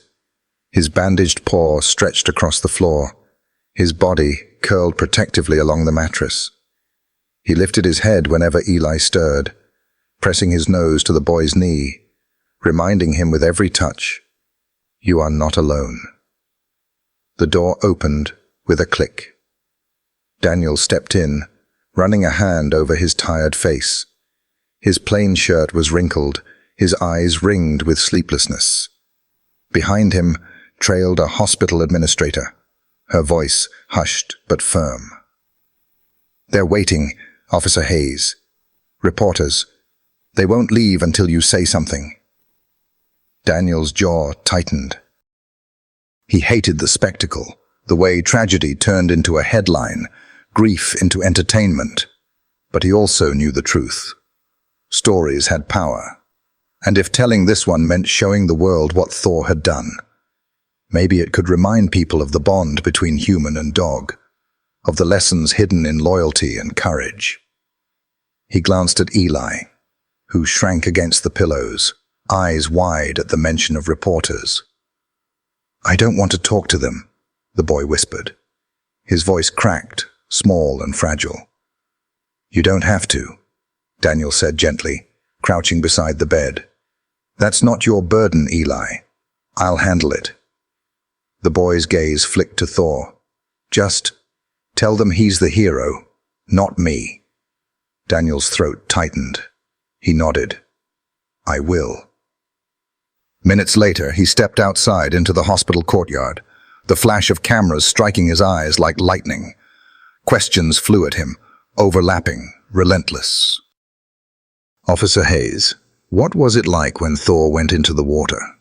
Did you think they'd both survive? Is Thor being awarded a medal? What's next for him after this rescue?" Daniel raised a hand, the crowd quieting slightly. His voice was steady, but not rehearsed. Thor did what he was trained to do. But more than that, he did what he was born to do. He didn't wait for a command. He didn't think about the danger. He just went, because that's who he is. Cameras clicked furiously. Reporters scribbled, nodding. Daniel's gaze hardened, though, when he added, "This story isn't just about heroism. It's also about what nearly happened. A boy was pressured by his peers to risk his life. That can't be ignored. The river didn't almost take him. Cruelty did. And if not for Thor, we'd be telling a very different story today." A hush spread over the courtyard. The statement wasn't what the reporters had come for, but it was the truth, and it hung heavy in the air. Back in the hospital room, Eli turned his face toward the window. He could hear faint echoes of the commotion outside, the voices, the clamor, but inside, he sat cocooned in silence. Thor's warm breath against his leg, the steady beep of machines reminding him he was still alive. Still, the river lingered. Each blink brought flashes of green water, the crushing pull, the terror of vanishing into nothing. His fingers clenched tighter into the sheets, his lips parted in a whisper only Thor could hear. "I was so scared." Thor shifted closer, pressing his head into Eli's lap, his amber eyes unwavering. Eli buried his fingers into the dog's damp fur, clinging to the reality of him. It was the only thing stronger than the river's memory. For the outside world, Thor had become a headline. For Daniel, he had become a symbol. But for Eli, for the boy who still fought to breathe in the quiet of night, Thor was something far simpler and far greater. His protector, his anchor, his hero. The hospital quieted after sunset. Lights dimmed to a muted glow, nurses' shoes whispered across linoleum, and machines kept time with fragile lives. In room 214, Eli should have been resting. His body, battered by the river and drained by fear, begged for it, but rest came only in fragments, and with it came the river. His small body thrashed under the covers, legs kicking as though the current dragged him down again. Sweat beaded his temples. "No, don't make me." His voice cracked into a sob that never fully escaped. Beside the bed, Thor stirred. The shepherd's ears twitched. A low whine rumbled in his throat. His bandaged paw dragged awkwardly as he climbed onto the mattress. Ignoring pain, he curled against Eli's side, pressing his body close. His nose nudged the boy's shoulder until trembling hands found his fur. The gasps softened. Eli clung to him, cheek against the shepherd's flank. His whispers broke in the dark. "My hero." From the doorway, Matthew watched, his grip white-knuckled on the frame. He was a man already hollowed by grief. A wife lost to cancer, and now the echo of nearly losing his son. The sight of Eli shaking in his sleep shredded him. Gratitude swelled, but guilt cut sharper. I wasn't there. He stepped in, sinking into the chair. His hand brushed damp hair from Eli's forehead. "I should have kept you safe," he whispered. "I should have been there." Thor lifted his head, amber eyes steady, as if to remind Matthew that failure was not the whole story, that sometimes, when humans faltered, loyalty filled the gap. Eli jolted awake with a cry, clutching Thor's fur. "Dad! The river! It's pulling me!" Matthew gathered him close, wrapping arms around boy and dog. "No, you're safe. It's over. You're not in the river. You're here with us." Eli sobbed against his chest, small shoulders shaking. Thor pressed harder into them both, warmth anchoring him back from the nightmare. Slowly, his breathing steadied, sinking with the shepherd's. Matthew kissed his son's hair, tears sliding silently. "You don't have to be brave tonight. I'll be brave for you. Thor will be brave for you." The boy sagged against them, exhaustion pulling him back into gentler sleep. Matthew leaned back, still holding his son's hand. He met Thor's gaze. "Thank you," he whispered, voice raw. "You're the reason he's still here. The reason I'm not burying another piece of my heart." Thor blinked slowly and lowered his head onto Eli's chest, accepting gratitude without words. Hours passed. The room settled into its midnight rhythm. Monitors humming, shadows gathering. Eli slept more peacefully now, fingers still tangled in Thor's fur. To anyone passing by, the shepherd looked like a guardian angel sprawled across the bed. But under fluorescent light, the truth was harder to ignore. Thor was exhausted. His chest rose with heavy, uneven breaths. Every exhale rattled faintly, river water still haunting his lungs. His paws twitched, not playful dreams, but the sharp echoes of struggle. When he shifted, his bandaged paw stiffened, pressing against the tile. Daniel saw it. He sat in the corner, slouched but awake, trained by years of service to notice what others missed. The uneven rhythm, the limp, the weight carried off one side. "Good boy," Daniel whispered, careful not to wake Eli. "But you've given too much again, haven't you?" Thor's ears flicked faintly. He didn't move. Daniel leaned forward, elbows braced on his knees. He'd partnered with Thor for years, long enough to know the toll. This wasn't the first time the shepherd had given everything. Memories returned like reels of film. A winter night, snow burying a van in a ditch. The cries of children were muffled. Thor dug with bleeding paws, hauling them out one by one, frost clinging to his whiskers. A summer fire, smoke choking the sky, flames clawing at a farmhouse roof. Thor plunges inside, dragging a child free, collapsing after from the smoke. Scars told part of the story, pale lines along his flank, stiffness in his joints. The rest was hidden, carved deep into bone and spirit. He had carried it all without complaint, again and again. Now, after the river, Daniel saw how heavy it had become. Thor wasn't the tireless canine of years past. Age had begun its quiet work. But still, when the boy cried out, Thor had leapt as if the years had never touched him. Guilt pricked Daniel. He had asked too much, and yet, how could he not? Thor's loyalty wasn't duty, it was love, the kind that couldn't sit still while a child drowned. Daniel reached out, resting a hand gently on Thor's head. The shepherd stirred, eyes opening to reveal the same fire that had carried them through countless rescues. "You're not just a hero," Daniel murmured. "You're a veteran. You've seen more than anyone should, and I wish I could take the weight off you."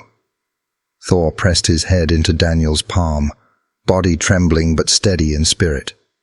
He wasn't asking for the weight to be lifted. He was asking to keep carrying it, because that was who he was. From the bed, Eli stirred, murmuring through dreams. His hand tightened in Thor's fur, afraid to let go. The shepherd curved protectively closer, ignoring his own pain. Daniel's throat tightened. The boy clung as if Thor were salvation itself. And in truth, he was. The machines kept their indifferent rhythm, unaware of the vows being written in silence. In that hospital room, 3 souls, boy, father, and dog, held each other against the undertow of memory. Eli fought nightmares, but clung to fur that told him he was safe. Matthew carried guilt, but leaned on loyalty that reminded him redemption was possible. Daniel saw the weight of years etched in scars, yet witnessed again the depth of love that kept Thor standing. The river would return in Eli's dreams. It would pull, it would haunt. But for tonight, he had anchors. For tonight, he was held. The hospital lights flickered once, then steadied. Beyond the window, the town of Maple Creek lay quiet, unaware of the weight carried in this one small room. The nightmares of a boy, the guilt of a father, and the silent scars of a dog who had given more than most men ever could. Thor closed his eyes again, sighing through exhaustion. His chest rose and fell unevenly, but his body remained pressed to Eli's. He would not leave. Not tonight. Not ever, if the boy needed him. For the world outside, Thor was a hero. For Daniel, he was a partner. But for Eli, for this small, trembling child who whispered, "My hero," in his sleep, Thor was something greater still. And beneath the weight of scars, visible and invisible, Thor carried it all without hesitation. The hospital had quieted into the late evening hours, the day's chaos replaced by the subdued rhythm of machines and hushed voices. Eli finally slept without thrashing, curled into Thor's side. The dog's breathing was ragged but steady, his head resting protectively near the boy's hand. Daniel slipped from the room, pulling the door shut with careful silence. He found Eli's father sitting in the dimly lit waiting lounge, his elbows braced on his knees, hands covering his face. The man looked older than he was, weariness etched deep into his features. The fluorescent light overhead cast harsh shadows across his unshaven jaw, the kind that spoke of nights spent awake, wrestling ghosts no one else could see. "Matthew," Daniel said softly. Eli's father lifted his head. His eyes were red, not just from exhaustion, but from the kind of guilt that ate at a man from the inside. "He should have been safe," Matthew whispered. "I told myself it was just kids playing by the creek. I thought—" He trailed off, shaking his head. "I almost lost him. I almost lost the only family I've got left." Daniel lowered himself into the chair beside him. For a moment, neither man spoke. They sat in silence, listening to the faint hum of the vending machine across the hall, the occasional squeak of rubber soles against linoleum. Finally, Daniel leaned forward, resting his forearms on his knees. "You're not alone in that thought," he said quietly. "We've all looked away once, told ourselves our kids were safe when we weren't watching. But what happened by that river, that wasn't just kids being kids. It was cruelty disguised as a game." Matthew's jaw tightened. He nodded, but his hands still trembled. "And I wasn't there to stop it." Daniel looked down, his own hands curling loosely. He let out a breath that shook faintly. "I know what that feels like, not being there." Matthew turned to him, eyes narrowing. There was a question in his gaze, but he didn't ask it aloud. Daniel's throat tightened, but he pushed through. "I had a daughter, Anna.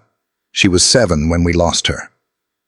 His voice cracked on the number, the memory raw even years later. "She got sick, and I sat in that hospital room, thinking I could keep her safe by just being there. But the truth is, I couldn't. She slipped away, and I wasn't strong enough to stop it." Matthew's breath caught. His eyes softened, sorrow replacing the edge of his guilt. "I'm sorry," he murmured. Daniel shook his head, swallowing hard. "I live with that every day. The weight of not being able to protect her. It's why I stayed in the job, why I kept pushing with Thor. Maybe saving someone else's child is the only way I know how to keep living with it." The two men sat with the confession hanging heavy between them. Matthew leaned back, rubbing a hand over his face. His voice was hoarse. "And now you've saved mine." Daniel glanced at him, his gaze steady. "Thor saved him. I just followed."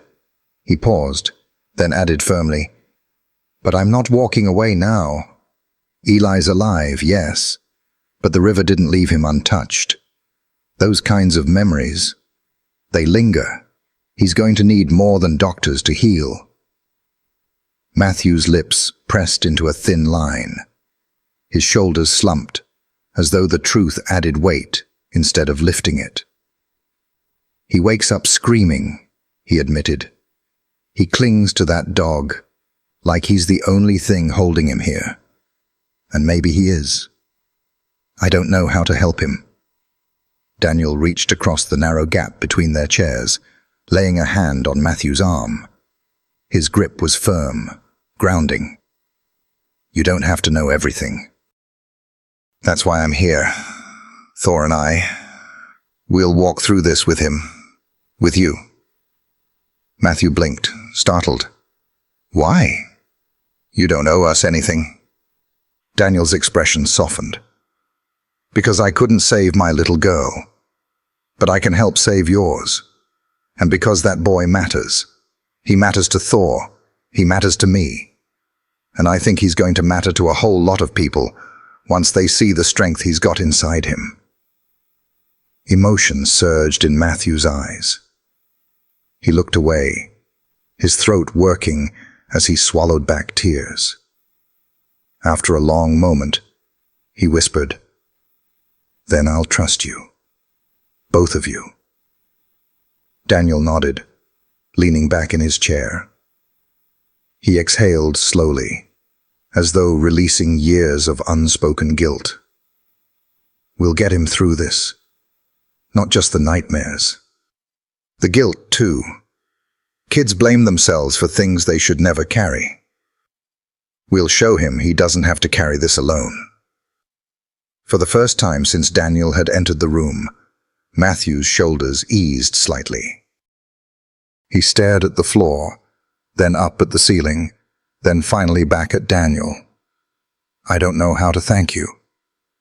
"Don't," Daniel replied simply. "Just keep being his father. That's enough, thanks." The two men sat together in silence again. But it was different now. Not the silence of guilt, but the quiet of trust forming. Fragile, yet steady. In that moment, they weren't just two fathers haunted by loss. They were men bound by the shared vow to protect a child who had nearly slipped away. From the hallway, a soft sound drifted through the partially open door. Eli's voice, murmuring in his sleep. One word, carried clear as a bell. Thor. Both men turned toward the sound, and for the first time that night, Matthew allowed himself a faint, trembling smile. Daniel mirrored it, weary but sure. A promise had been made, and neither of them intended to break it. The town hall of Maple Creek had never felt like this before. It was usually a place of bake sales and small-town fundraisers, where voices never rose above polite chatter. But that night, the wooden floor trembled beneath rows of folding chairs, and the air was thick with heat and tension. Parents clutched purses and jackets. Neighbors leaned against the walls. And at the front, under the dim lights, Sheriff Torres gripped the podium, his broad shoulders squared. Everyone was there for the same reason. The river, the dare, the boy who nearly drowned, and the dog who pulled him back from death. "We're here tonight," Torres began, his voice low but steady, "because what happened at Maple Creek wasn't an accident. It was a tragedy narrowly avoided, and this town needs to face what it means." The words sparked an eruption. A man shot up from the second row, red-faced and shaking. "Are you saying my boy tried to kill someone? He's 13. Kids make mistakes." A woman 3 rows back snapped to her feet. "Mistakes. He dared an 8-year-old into a river he couldn't swim. That's not a mistake. That's cruelty." The hall burst into chaos. Parents shouted over one another, some defending, some accusing, all afraid. "My son didn't mean it to go that far." "Your son laughed while mine begged not to jump." "They're children, not criminals." "Tell that to Eli's father, who almost buried his boy." Voices cracked with anger and guilt. Fists pounded chairbacks, feet shuffled. The storm of blame filled every corner of the hall. At the side, Daniel Hayes stood with his arms folded, Thor lying at his feet.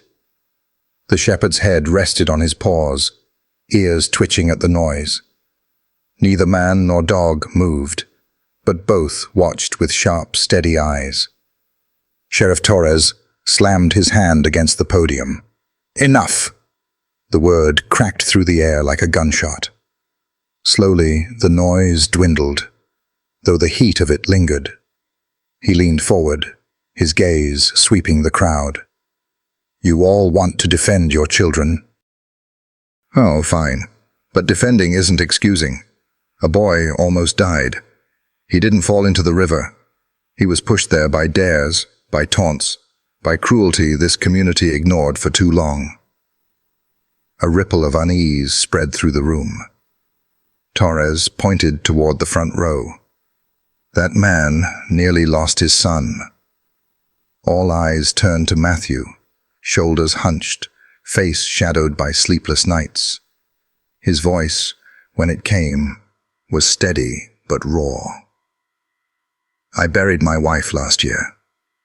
If Thor hadn't been there, I'd be burying my boy now too.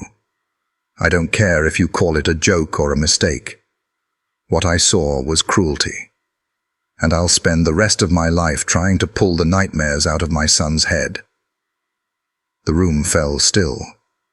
Some parents lowered their eyes, shame heavy on their faces.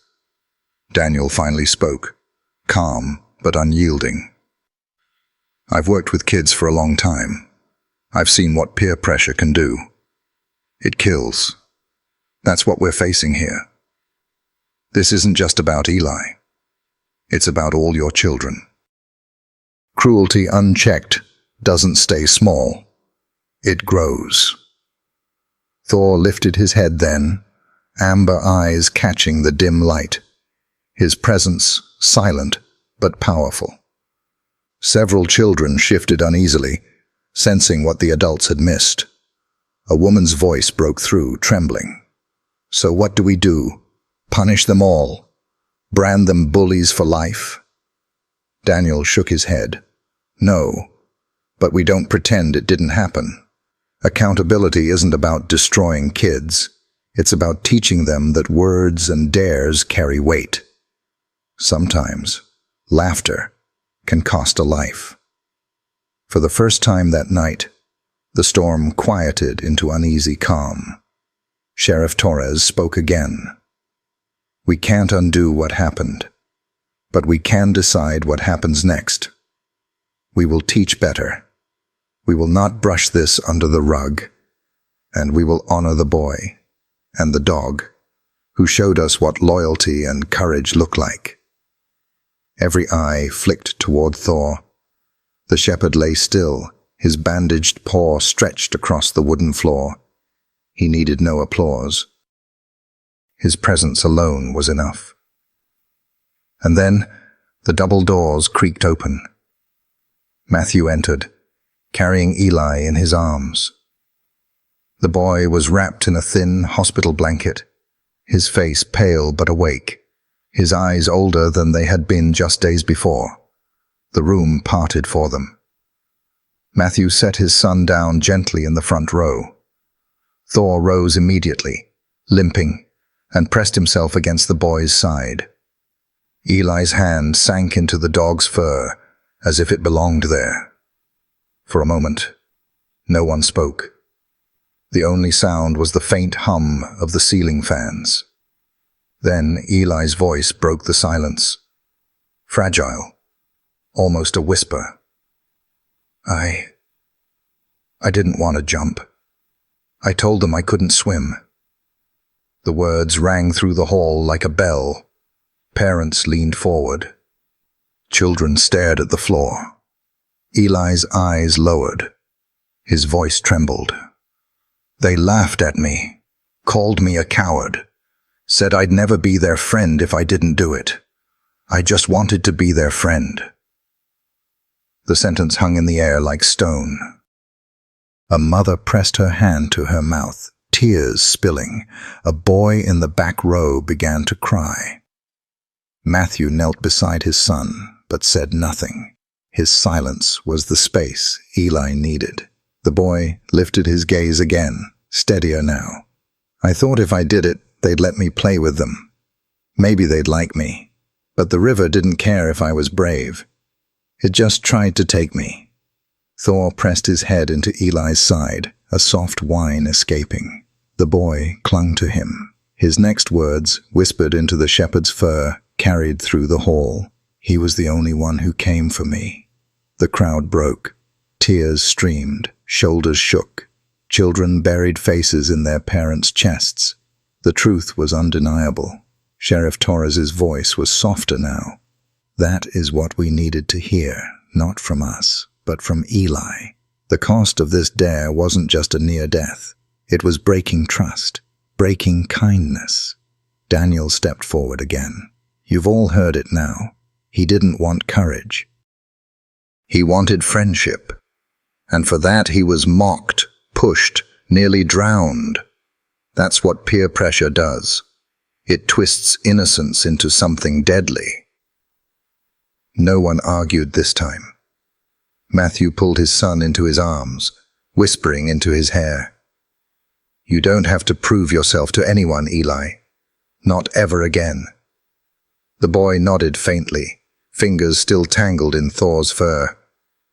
And the community of Maple Creek felt the sharp sting of recognition. This was not just one family's wound. It was theirs. Days later, the town gathered again, this time not in anger, but in gratitude. The courthouse steps were draped in bunting, the summer sun blazing overhead. Reporters jostled for space. Children perched on shoulders to see above the crowd. And at the center of it all sat Thor. The German shepherd rested beside Daniel, his chest rising steadily, his bandaged paw stretched awkwardly on the stone. Whispers rippled through the crowd. The hero dog. The one who leapt into the river. The mayor stepped to the podium. His silver hair gleamed in the light. "Ladies and gentlemen," he began, "we gather today to honor courage, not the kind in books, but the kind we saw with our own eyes, the kind that risks everything for another life." His gaze fell to Thor. This dog did what many of us could not. He leapt into danger without hesitation. He fought a river's current and brought back to us a child who would have otherwise been lost. Applause thundered across the square. People rose to their feet, clapping until their palms stung. But Thor didn't stir. His gaze remained fixed on Eli. The mayor descended the steps, carrying a small box. Inside glittered a shining medal on a blue ribbon. Kneeling, he lowered it toward the shepherd. "Thor, on behalf of this town, on behalf of every parent and child who holds tighter tonight because of you, we present the Medal of Valor." The ribbon settled around Thor's neck. He did not bask in it. He accepted it quietly, his amber eyes locked only on the boy in the front row. It was that indifference, that refusal to seek the spotlight, that undid the crowd. Because Thor did not care for medals or applause. His loyalty belonged wholly to one trembling boy who had whispered "my hero" in a hospital bed. Eli rose shakily, stepping forward. He dropped to his knees and wrapped both arms around Thor's neck. The medal clinked faintly as he pressed his cheek into the shepherd's fur. The square fell into silence, not of spectacle, but of truth. Mothers wept openly. Fathers swallowed hard. Even reporters lowered cameras, moved beyond words. The mayor's voice wavered. "Sometimes the truest heroes ask for nothing in return. Thor will not tell this story. He will not boast of what he's done. But all of us will remember it, not just as courage, but as loyalty, as love, as the meaning of standing between life and death for someone else." When the ceremony ended, townsfolk approached in small groups. Children laid flowers in Eli's lap. Adults crouched to whisper thank you into Thor's ear. But Thor paid them little mind. His head stayed lowered, his body curled protectively around Eli. And so it was that the image seared itself into Maple Creek's memory.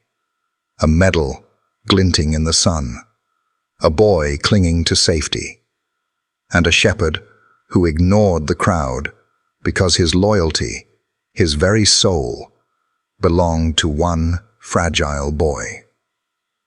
The summer sun had softened with time, its warmth filtering through the oaks that lined Maple Creek. On the worn path by the riverbank, Daniel Hayes stood with his hands in his pockets. Beside him, Eli lingered, shoulders tight beneath a thin blanket, eyes locked on the water that shimmered like glass. Behind them, Thor padded forward. His limp was faint now, his paw nearly healed, but his amber gaze stayed fixed on the boy. "Easy," Daniel said softly. "You don't have to get close. Just being here is enough." Eli's small hands clenched. To him, the river wasn't peaceful. It was the monster from his nightmares. "I don't like it," he whispered. Daniel crouched to meet his eyes. "I know. Fear doesn't vanish. It waits for you to face it. But you won't face it alone." Thor pressed his nose against the boy's leg, tail wagging slowly. Eli's lips trembled. "What if it pulls me again?"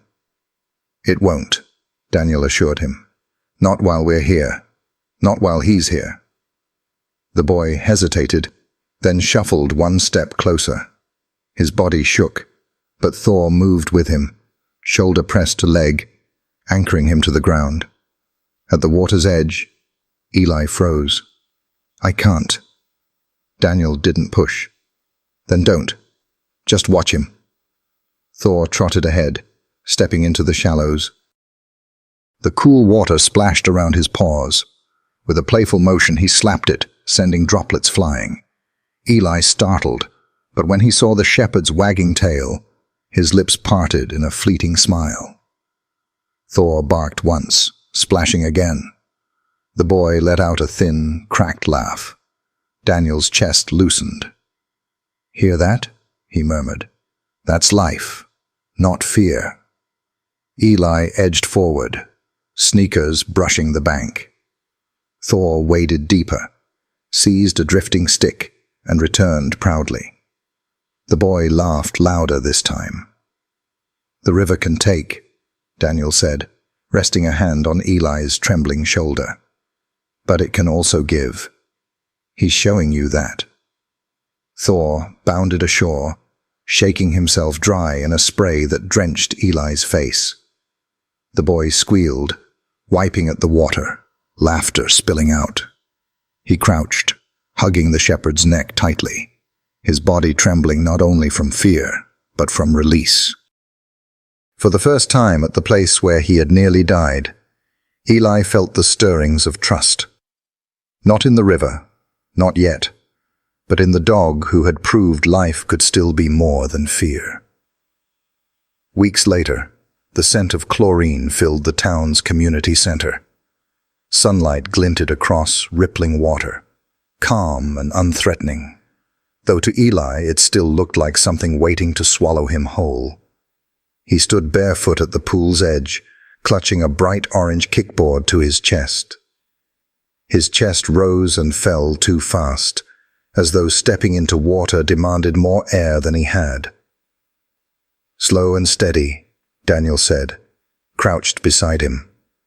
"We're not racing, just one step at a time."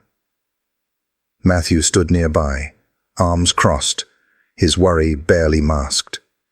And Thor lay sprawled on the deck, paws draped over the edge, chin resting between them. His gaze never left the boy.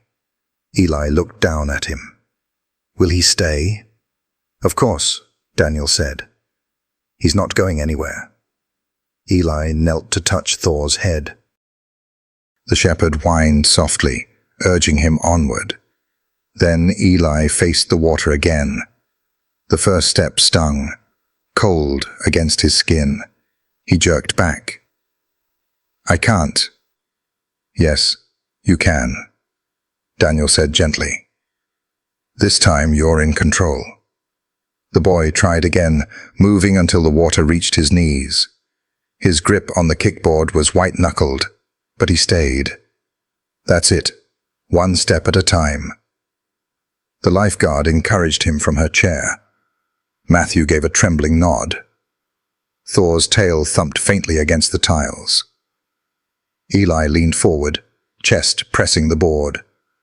Panic surged as his legs lifted, his body weightless. He gasped, thrashing. "I've got you!" Daniel steadied the board, guiding it forward. "Breathe, Eli. You're okay." The boy's kicks steadied. The board floated, and slowly the fear ebbed. Again and again they practiced, each time further, each time steadier. Thor never looked away, his body coiled as though ready to leap in if needed. At last, Eli kicked his way from one end of the shallow pool to the other. Clinging to the wall, water dripping from his chin, he looked up and smiled. "I did it! I did it!" Thor barked sharply, joyous, his tail sweeping the tiles.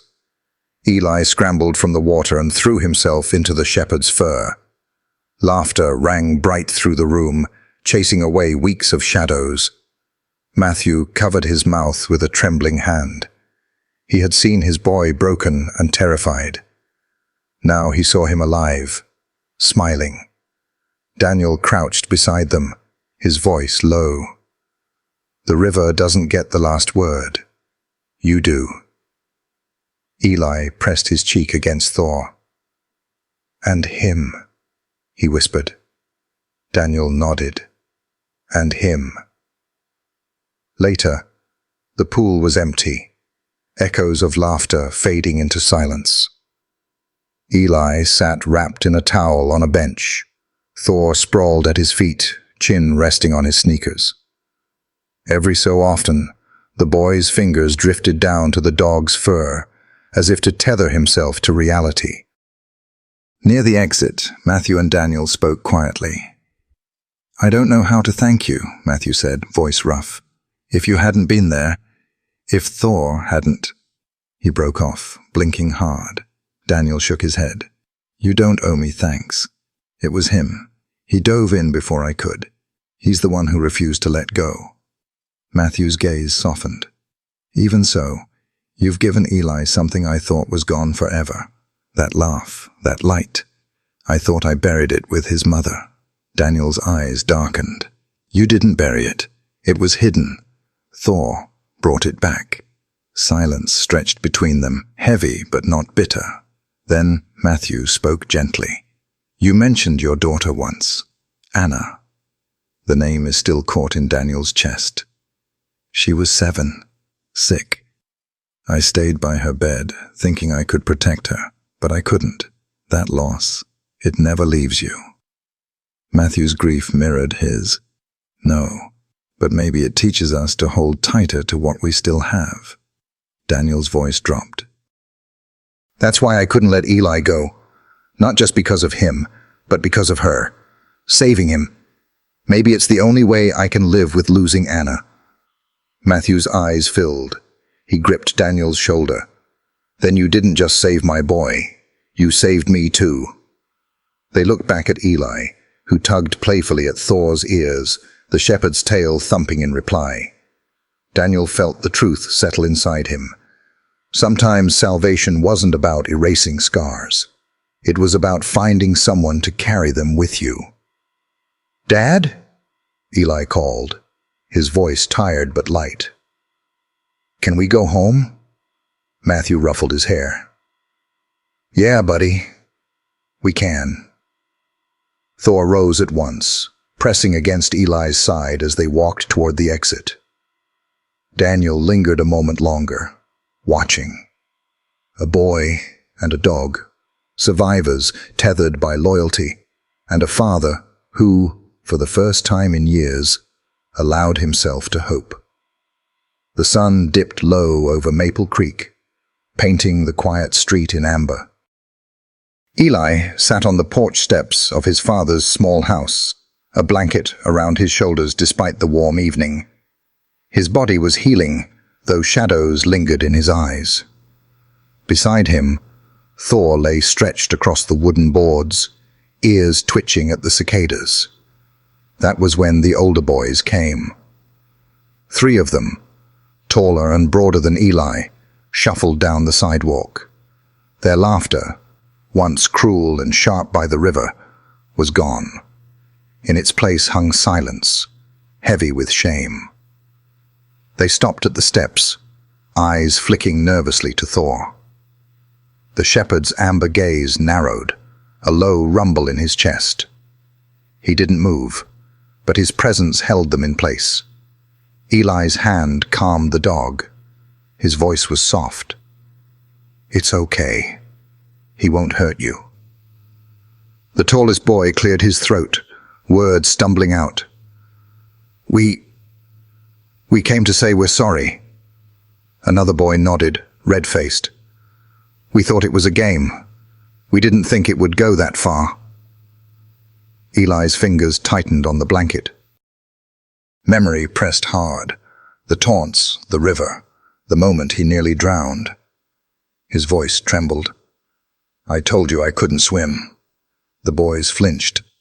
One whispered, "We didn't listen. We just wanted to look tough." Eli stroked Thor's ear, drawing strength. "I almost died. If it wasn't for him, I wouldn't be here." The boys lowered their heads, shame written on their faces. For a long moment, silence pressed between them. Then Eli whispered words none of them expected. "I forgive you." The boys froze, stunned. Slowly, they looked up. You do?" Eli nodded, tears glimmering. "I didn't want to be your enemy. I just wanted to be your friend." They swallowed hard, voices breaking. "We don't deserve that." "Maybe not," Eli said softly, "but I don't want to hate you. Hating you won't make the river go away." Thor rested his head in Eli's lap, the boy's hand steady in his fur. The older boys turned away at last, whispering thanks, before disappearing into the fading light. Eli called after them, his voice clear. "Don't do it to anyone else." When the porch grew quiet, Matthew stepped from the doorway, eyes damp. "You didn't have to forgive them, Eli." The boy leaned into Thor. "I know, but he would have wanted me to." Thor's tail thumped softly, as if in agreement. But forgiveness wasn't just Eli's burden. The town itself had to reckon with what happened. In the church basement, parents gathered in folding chairs, shame weighing heavy. Their children had nearly cost a boy his life. Voices trembled, not with anger, but resolve. "We teach math and manners," one father said, "but not enough about kindness, about how words can wound." Another whispered through tears, "That boy could have been mine. I'll make sure my daughter learns what responsibility means." From guilt and love, a plan was born. A community safety program. Not lectures, but lessons. Not punishment, but teaching. Weeks later, on the very banks of Maple Creek, families gathered. Wooden benches, chalkboards, banners fluttering with 3 words: respect, empathy, responsibility. Thor stood at the front, scarred but strong, commanding every child's attention. Sheriff Torres opened the day. "This isn't about blame. It's about building something better. A community where our kids lift each other up, not push each other down." Parents spoke of their mistakes. Children shifted uncomfortably, then quieted. Finally, Eli stepped forward. Thor pressed against his legs, his father at his side. His voice was small but steady. "I was scared. I didn't want to jump, but I didn't want to lose my friends either. I thought being brave meant doing what they said. But real bravery is saying no when something feels wrong." The children listened, tears shining in more than a few eyes. Thor barked once, almost as if to echo him. Laughter rippled softly through the crowd, easing the weight without lessening the truth. That day, the river became a classroom. Kids practiced rescue chains, threw ropes, learned to stand up against peer pressure. They discovered courage wasn't mocking the weakest, but protecting them. As the sun lowered, Matthew spoke to the crowd. "I almost buried my son. Instead, I got a second chance. So did all of us. This river can be a place of fear, or of learning. Today, we chose learning." Applause rose, gentle but heartfelt. At the water's edge, Eli dipped a stick into the current. For the first time, he didn't see the river as a monster. He saw it as something that could teach, something that could change. Thor nudged him, tail wagging, as if to say, "The river doesn't own you anymore," and Eli believed it. But that night, as families drifted home, something shifted. At the edge of the square, Thor faltered. His once proud stride slowed, his breaths heavy. He sank to the ground, chest trembling. "Thor!" Daniel dropped to his knees. Eli cried out, clutching the shepherd's fur. "What's wrong with him?" Thor's amber eyes opened, steady even in weakness. His breaths came ragged, his body trembling. Parents gasped, pulling children close. "It's the river," Daniel muttered, pressing Thor's side. He gave too much that day. His body's been carrying it ever since. Eli buried his face in the dog's neck, sobbing. "No, you can't leave me. You saved me. Now let me save you." Neighbors rushed into action, fetching blankets, bringing a truck. The sheriff's voice carried over the murmurs. "Pray for him. He carried us all. Now it's our turn." Thor was lifted onto a stretcher. Eli refused to let go, climbing in beside him. His small hands tangled in Thor's fur, his whispers breaking into sobs. "You're my hero. Please, Thor. Please, stay." As the truck roared into the night, the whole town stood watching, some praying, some weeping. Because Thor wasn't just a dog. He was the heartbeat of courage in Maple Creek. And as Eli clung to him, whispering through trembling lips, one promise filled the air. "You saved me. Now let me save you." The veterinary hospital was quieter than Eli expected.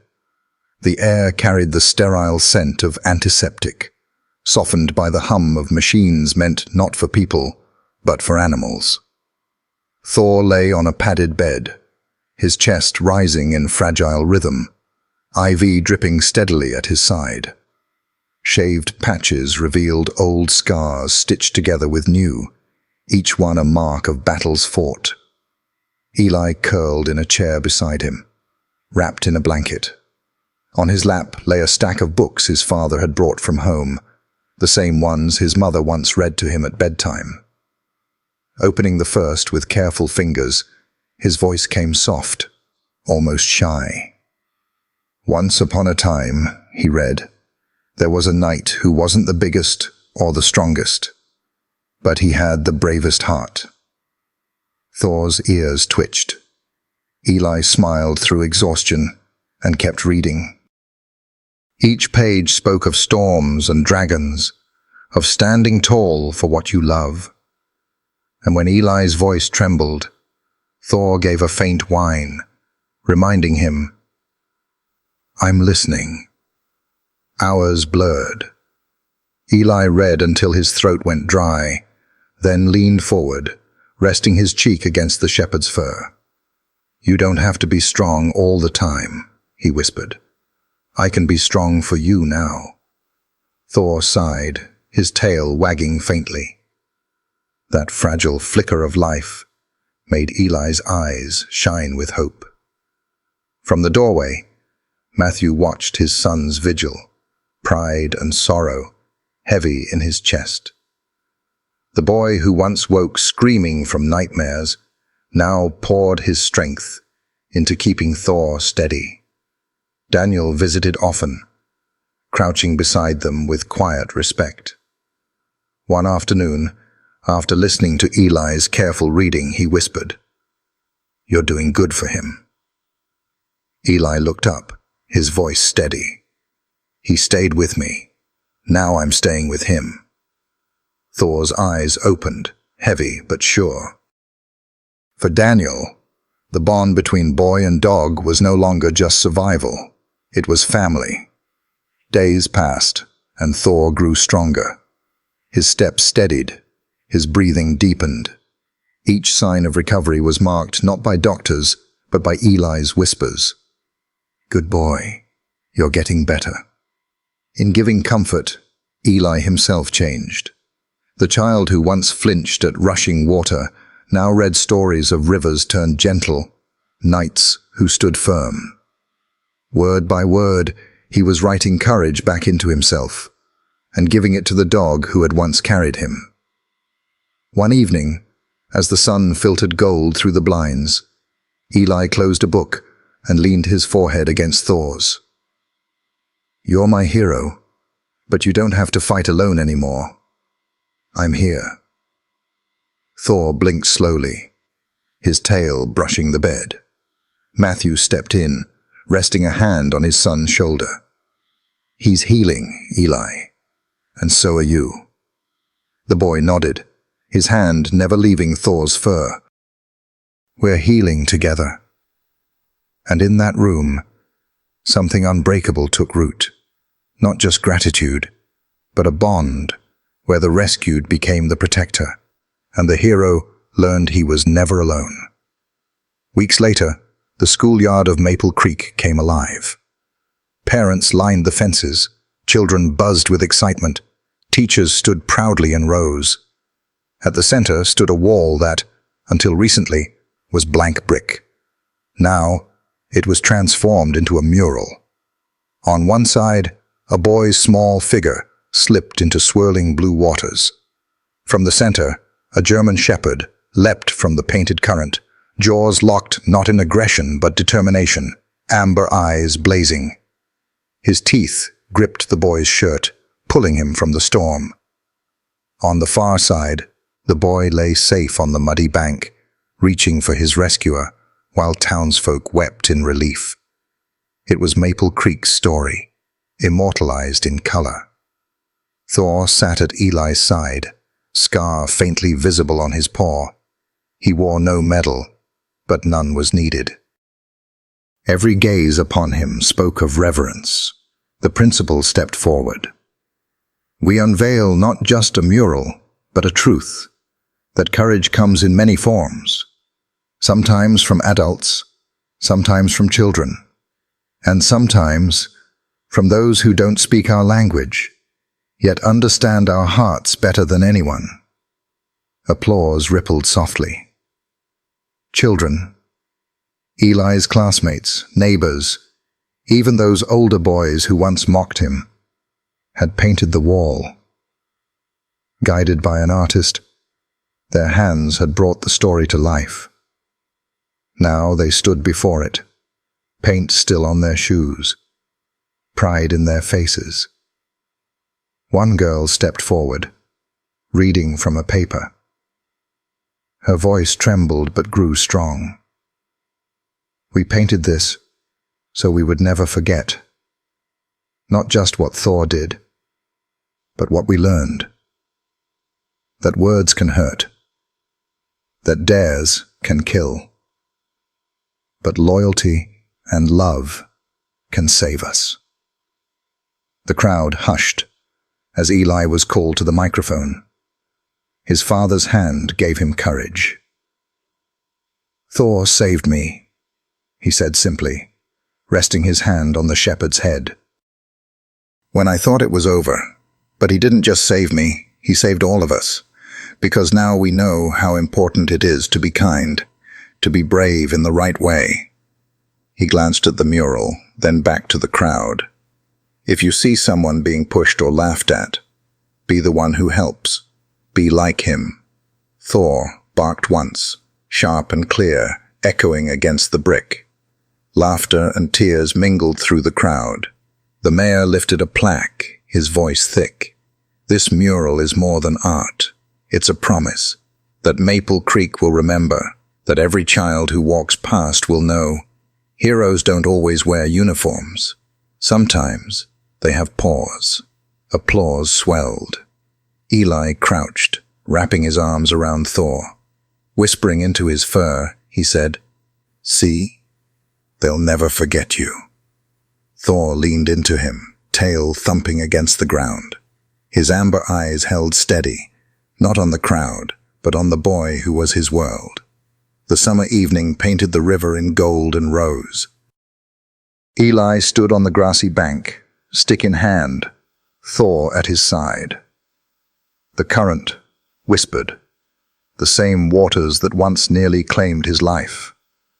But the boy's shoulders no longer trembled.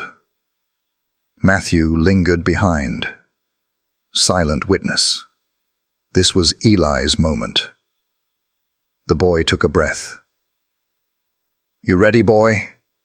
Thor barked joyfully, muscles coiled. With a flick, Eli hurled the stick into the current. It arced through the air and splashed down. Thor bounded forward, plunging into the water with a joyous spray. His strokes were strong, fearless, droplets glittering in the evening light. Eli laughed, truly laughed, his voice ringing free across the riverbank. "Go, Thor!" The shepherd returned, stick clamped tight, shaking himself dry and drenching Eli in shining arcs. The boy squealed, hugging him through the spray. "You did it!" Again Eli threw, this time farther. Again Thor leapt, no hesitation.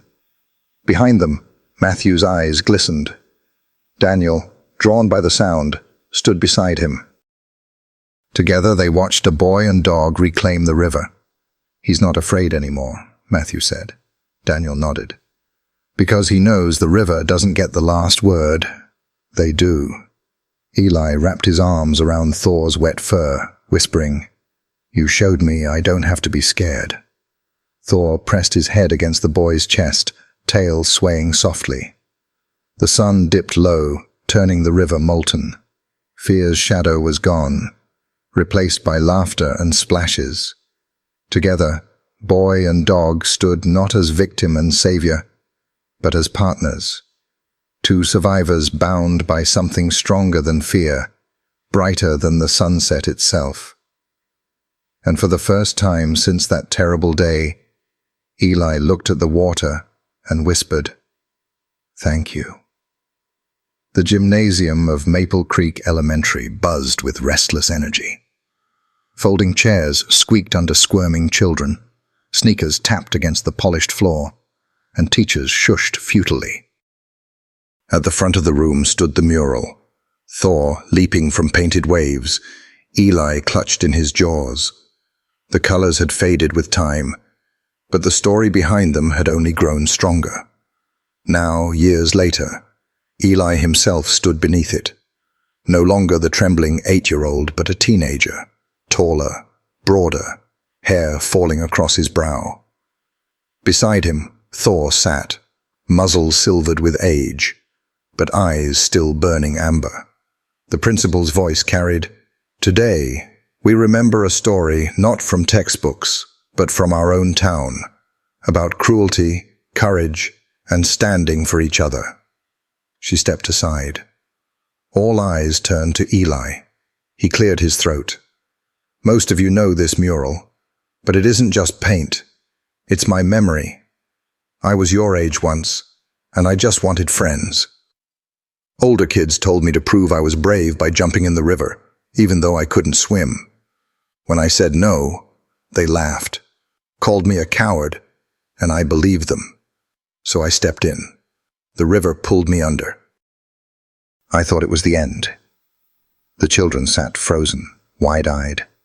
But then, Eli said softly, placing his hand on Thor's back, "He came. He didn't laugh or ask me to prove anything.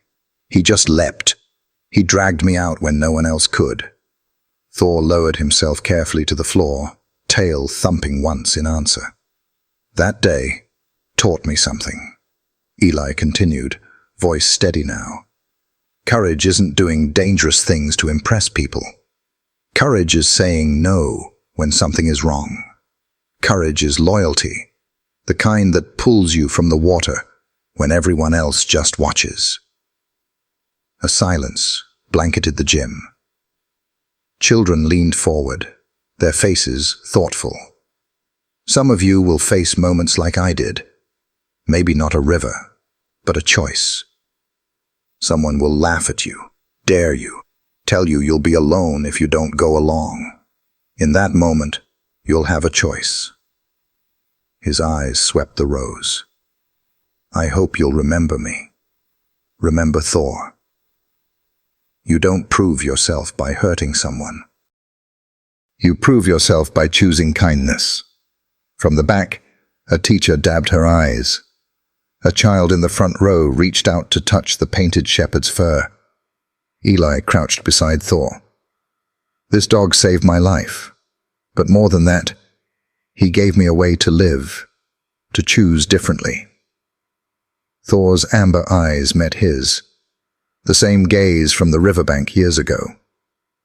"Someday," Eli finished, "you'll decide what this town remembers. I hope it looks like this mural.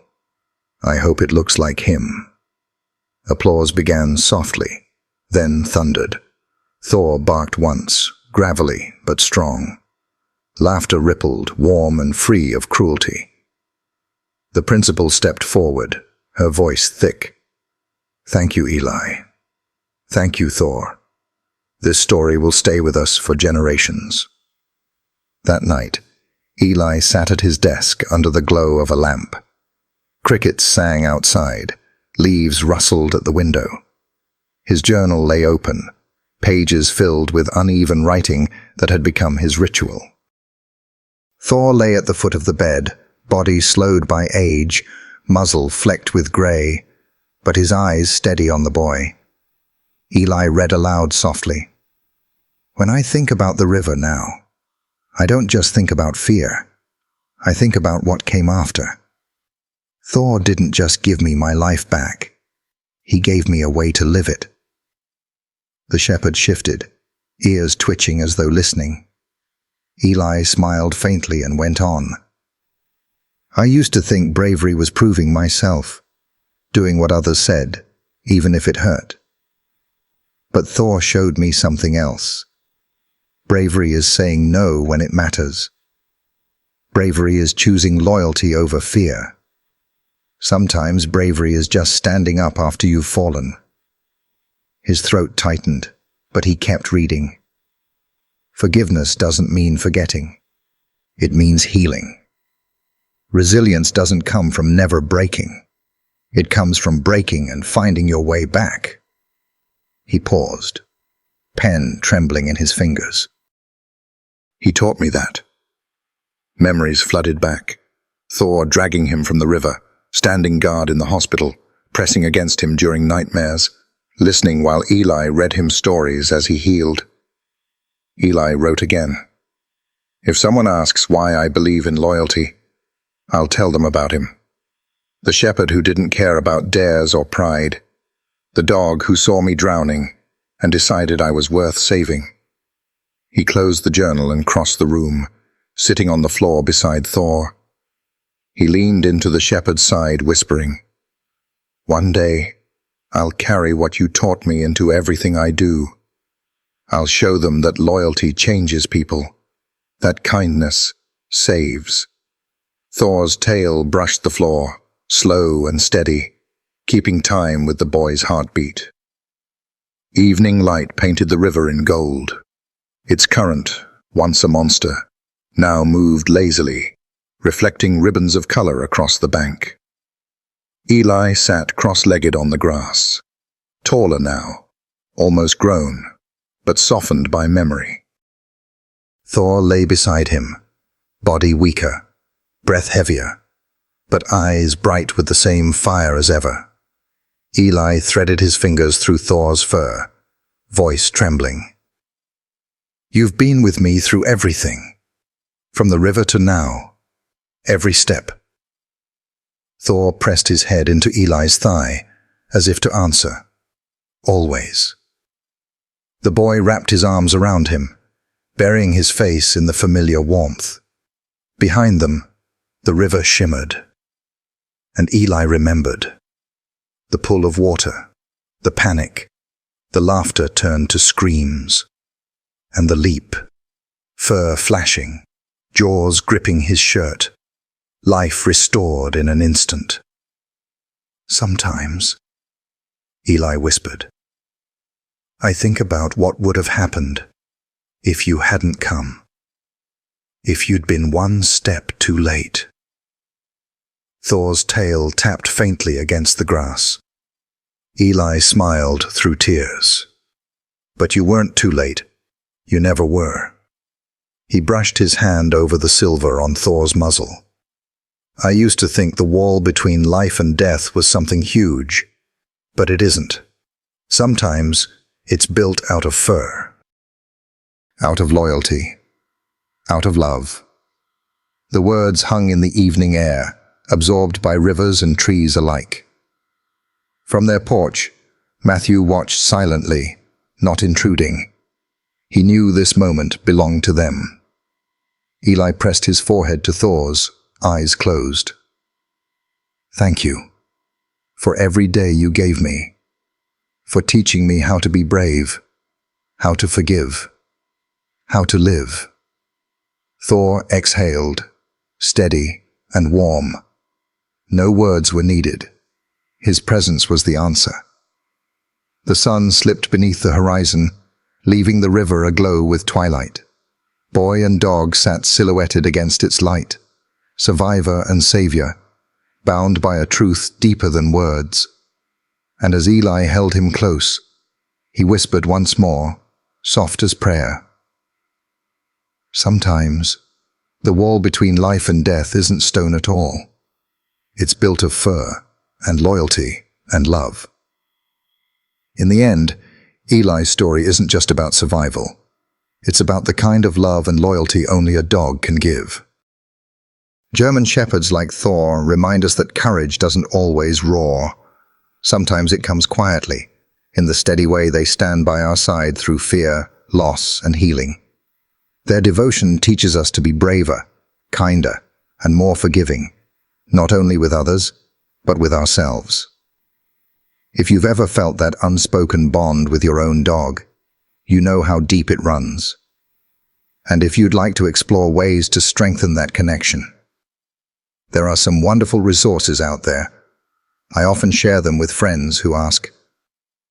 You might find something that speaks to your heart, too. Thank you for spending this time with me and with Thor and Eli's journey. If this story touched you, maybe share it with someone who loves dogs as much as you do. Sometimes, the smallest reminder of loyalty and love can make the biggest difference.